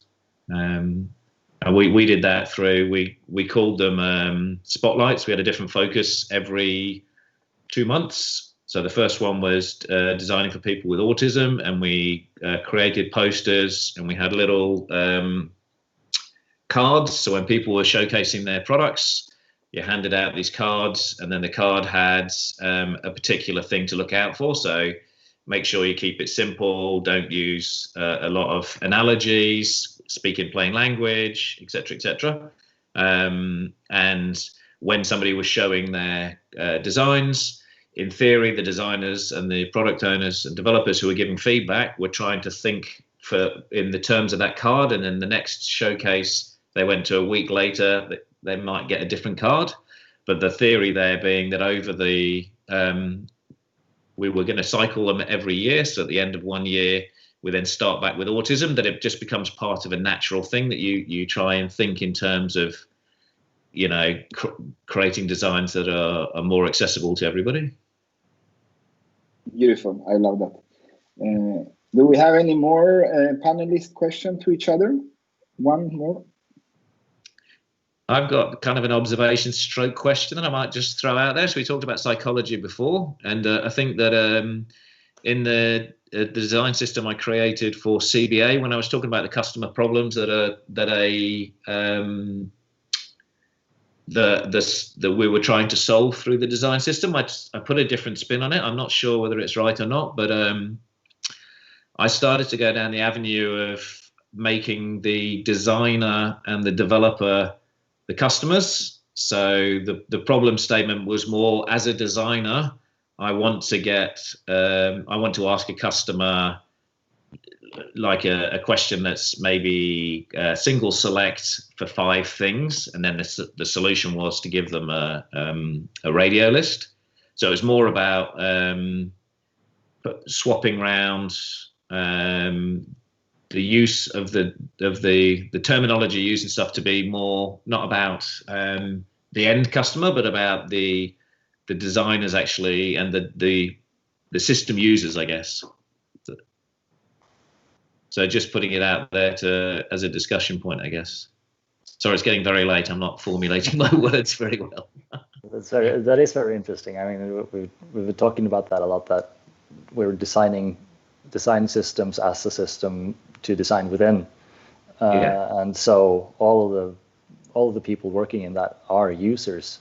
We're just on a different level. So I mean, we all use the design system, yeah, exactly, to design for some other users. Yeah. It's very interesting escalation of sort of this point of solving one problem and then looking at the larger problem space where we're trying to create something for users while we ourselves are users of what we're creating. It's a very tricky thing to get our heads around. I think the angle I was going there with that was the whole psychology thing that we spoke before a little bit about psychology in one of the first questions.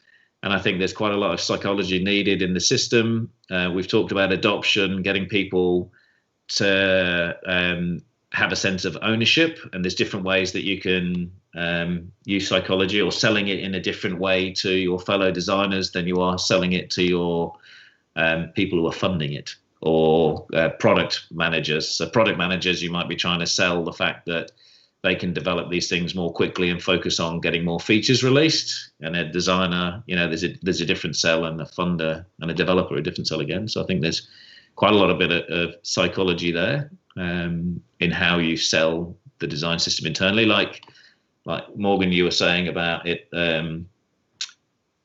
being more about the people and selling it to the people than the actual physical craft or the physical components and stuff. So.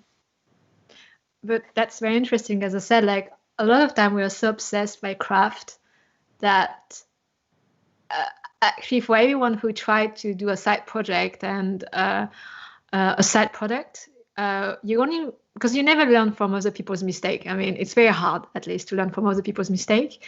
And once you start your own project and you realize that it's not because you made something that people are going to use it. And that is true for anything, right? Any product that you want to sell, pitch to people.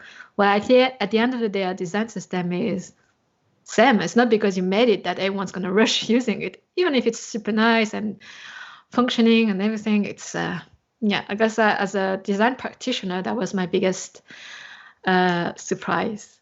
And actually, that's my question to everyone. I'd be interested to know what is the most unexpected thing that happened on your design system journey, or lesson that you had. Going very deep for this last question, I know. I can answer from my side. I think it was like when I thought my first design system, like, it's done, here you go, to all the teams, right?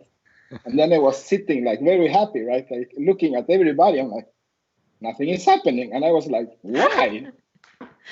And then somebody said, Eduardo, maybe we don't need your design system. I was like, very sad, right? So answering what you said. Falling in the valley of despair. I can relate. Anyone else want to share? Sorry, Morgan, that was the most unexpected. Yeah, insight, lesson, development that you had on your design system journey.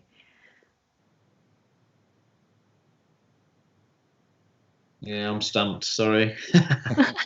I think, Jekyll is the second design system where I've been kind of involved in the rollout of a design system. The first one was the Sparbank N design system. And what I remember was kind of the magic of design systems. Because before the design system, there had been these like little islands and silos doing design and getting increasingly frustrated that we weren't really able to design in the same direction. All our little puzzle pieces didn't really fit together, and who was really going to decide this anyway? And then I went for a leave of absence for 6 months after the design system project had started, and I came back, and suddenly people were so happy to work together. And the design system was taking shape, and a lot of the friction that had been in the organization around design before they started working on the design system had disappeared. So that was perhaps for me the most surprising. Yeah. I think I have one as well. It might be when I started out working in the core team, and we were so focused on building the design system, or at least the component library.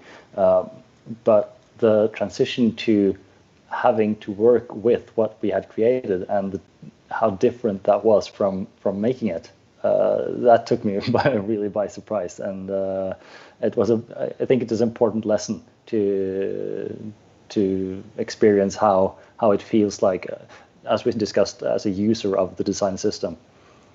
Thankfully, I think now the experience is much better than when I first experienced it. So it seems like we've done something right. I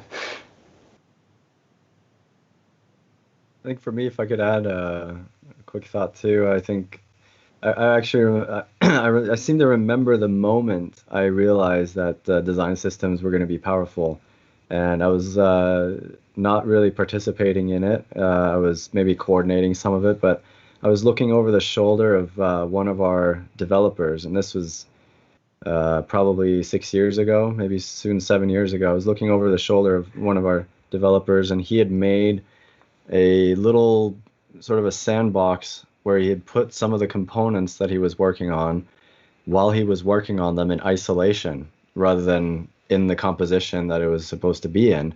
He was in isolation working on the component. This was before React really had taken off, at least in our company. And so the idea was fairly novel.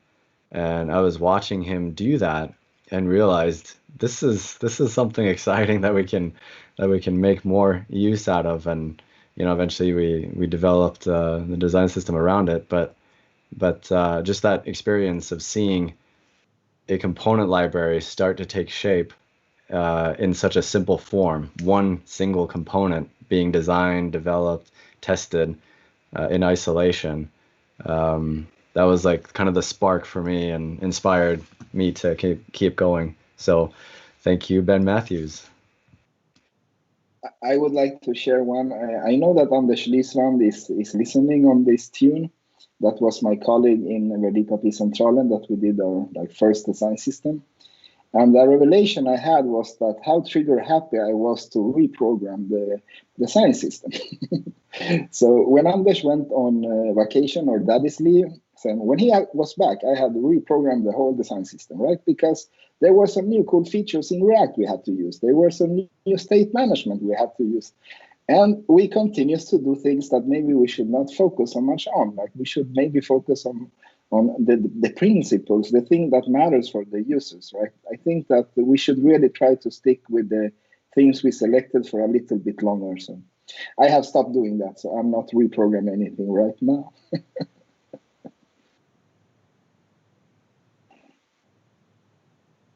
Any more shares or questions to each other?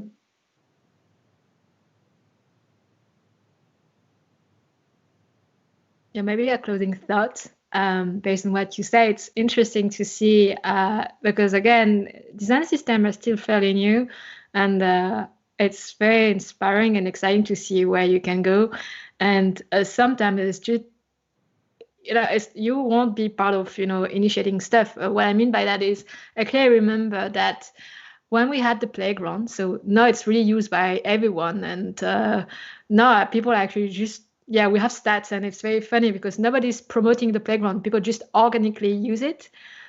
Well, I clearly remember that when so the person who started making it presented it to me, I was like, hey, we're supposed to work on the documentation. Why did you create that thing?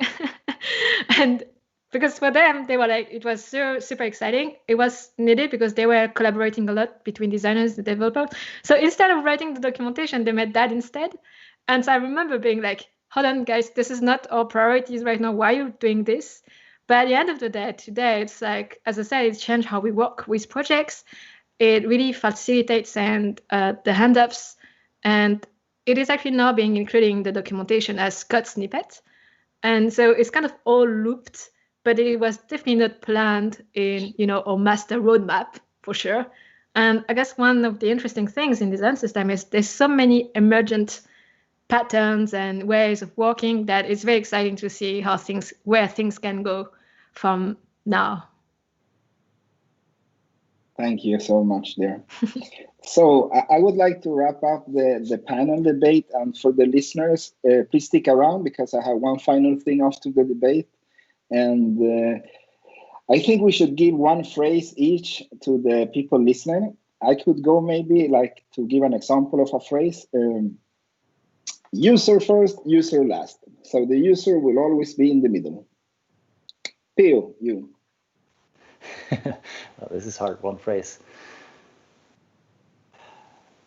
Yeah, I think for me it's always look one step above what you think you're trying to solve.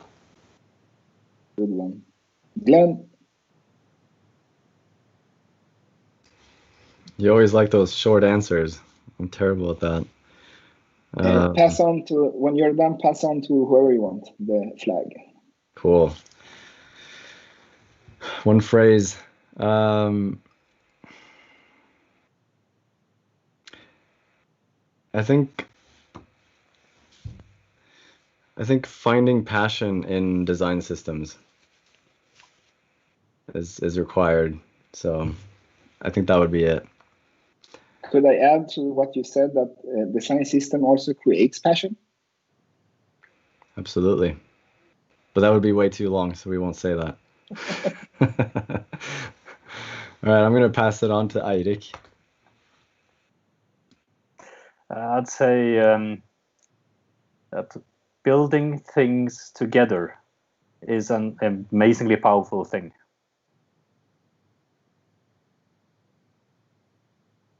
And you can pass on.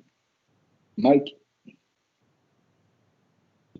I'm going to go evidence-based, I think. I think a lot of the stuff you see prior to a design system is just opinion-based, and you get lots of variations for not really any reason, and it's normally quite easy to establish evidence for one decision versus another. So evidence-based. That's a good one. I did not expect that. It's getting way too philosophical for me. Yeah, I don't know. I would say, yeah, it's messy, it's ugly, but it's also rewarding because you don't really get reward when things are too easy, right? Like in video games. So, yeah. That's a good one. So I will wrap up with the keywords that I catch today. It's actually very interesting because I didn't catch a single library. I catch really nice words. I catch culture, people, users, onboarding, convince, why, purpose. So I have to recap with my opening. People/user first, process second, technology third. And a design system is just the start. It will never be finished probably, right?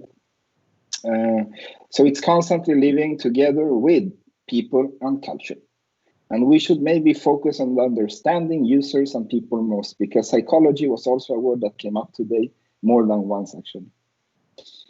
And really happy to all the people attending, and so many people I worked with, actually. And I know that many of you here on the panel have also a lot of people that you worked with here today. So that's what I love the most, I think, about the science system, that it's so close to culture and it's a lot of community. I really like these words, like community, I like culture, I like we.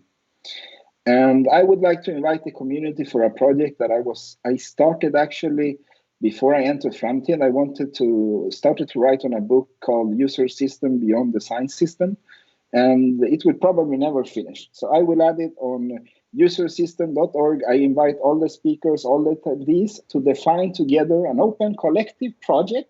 What is beyond the science system? It could become an article or a book or a tool. We don't know. So in 2 weeks, I will publish it and invite everybody to join into the common community project.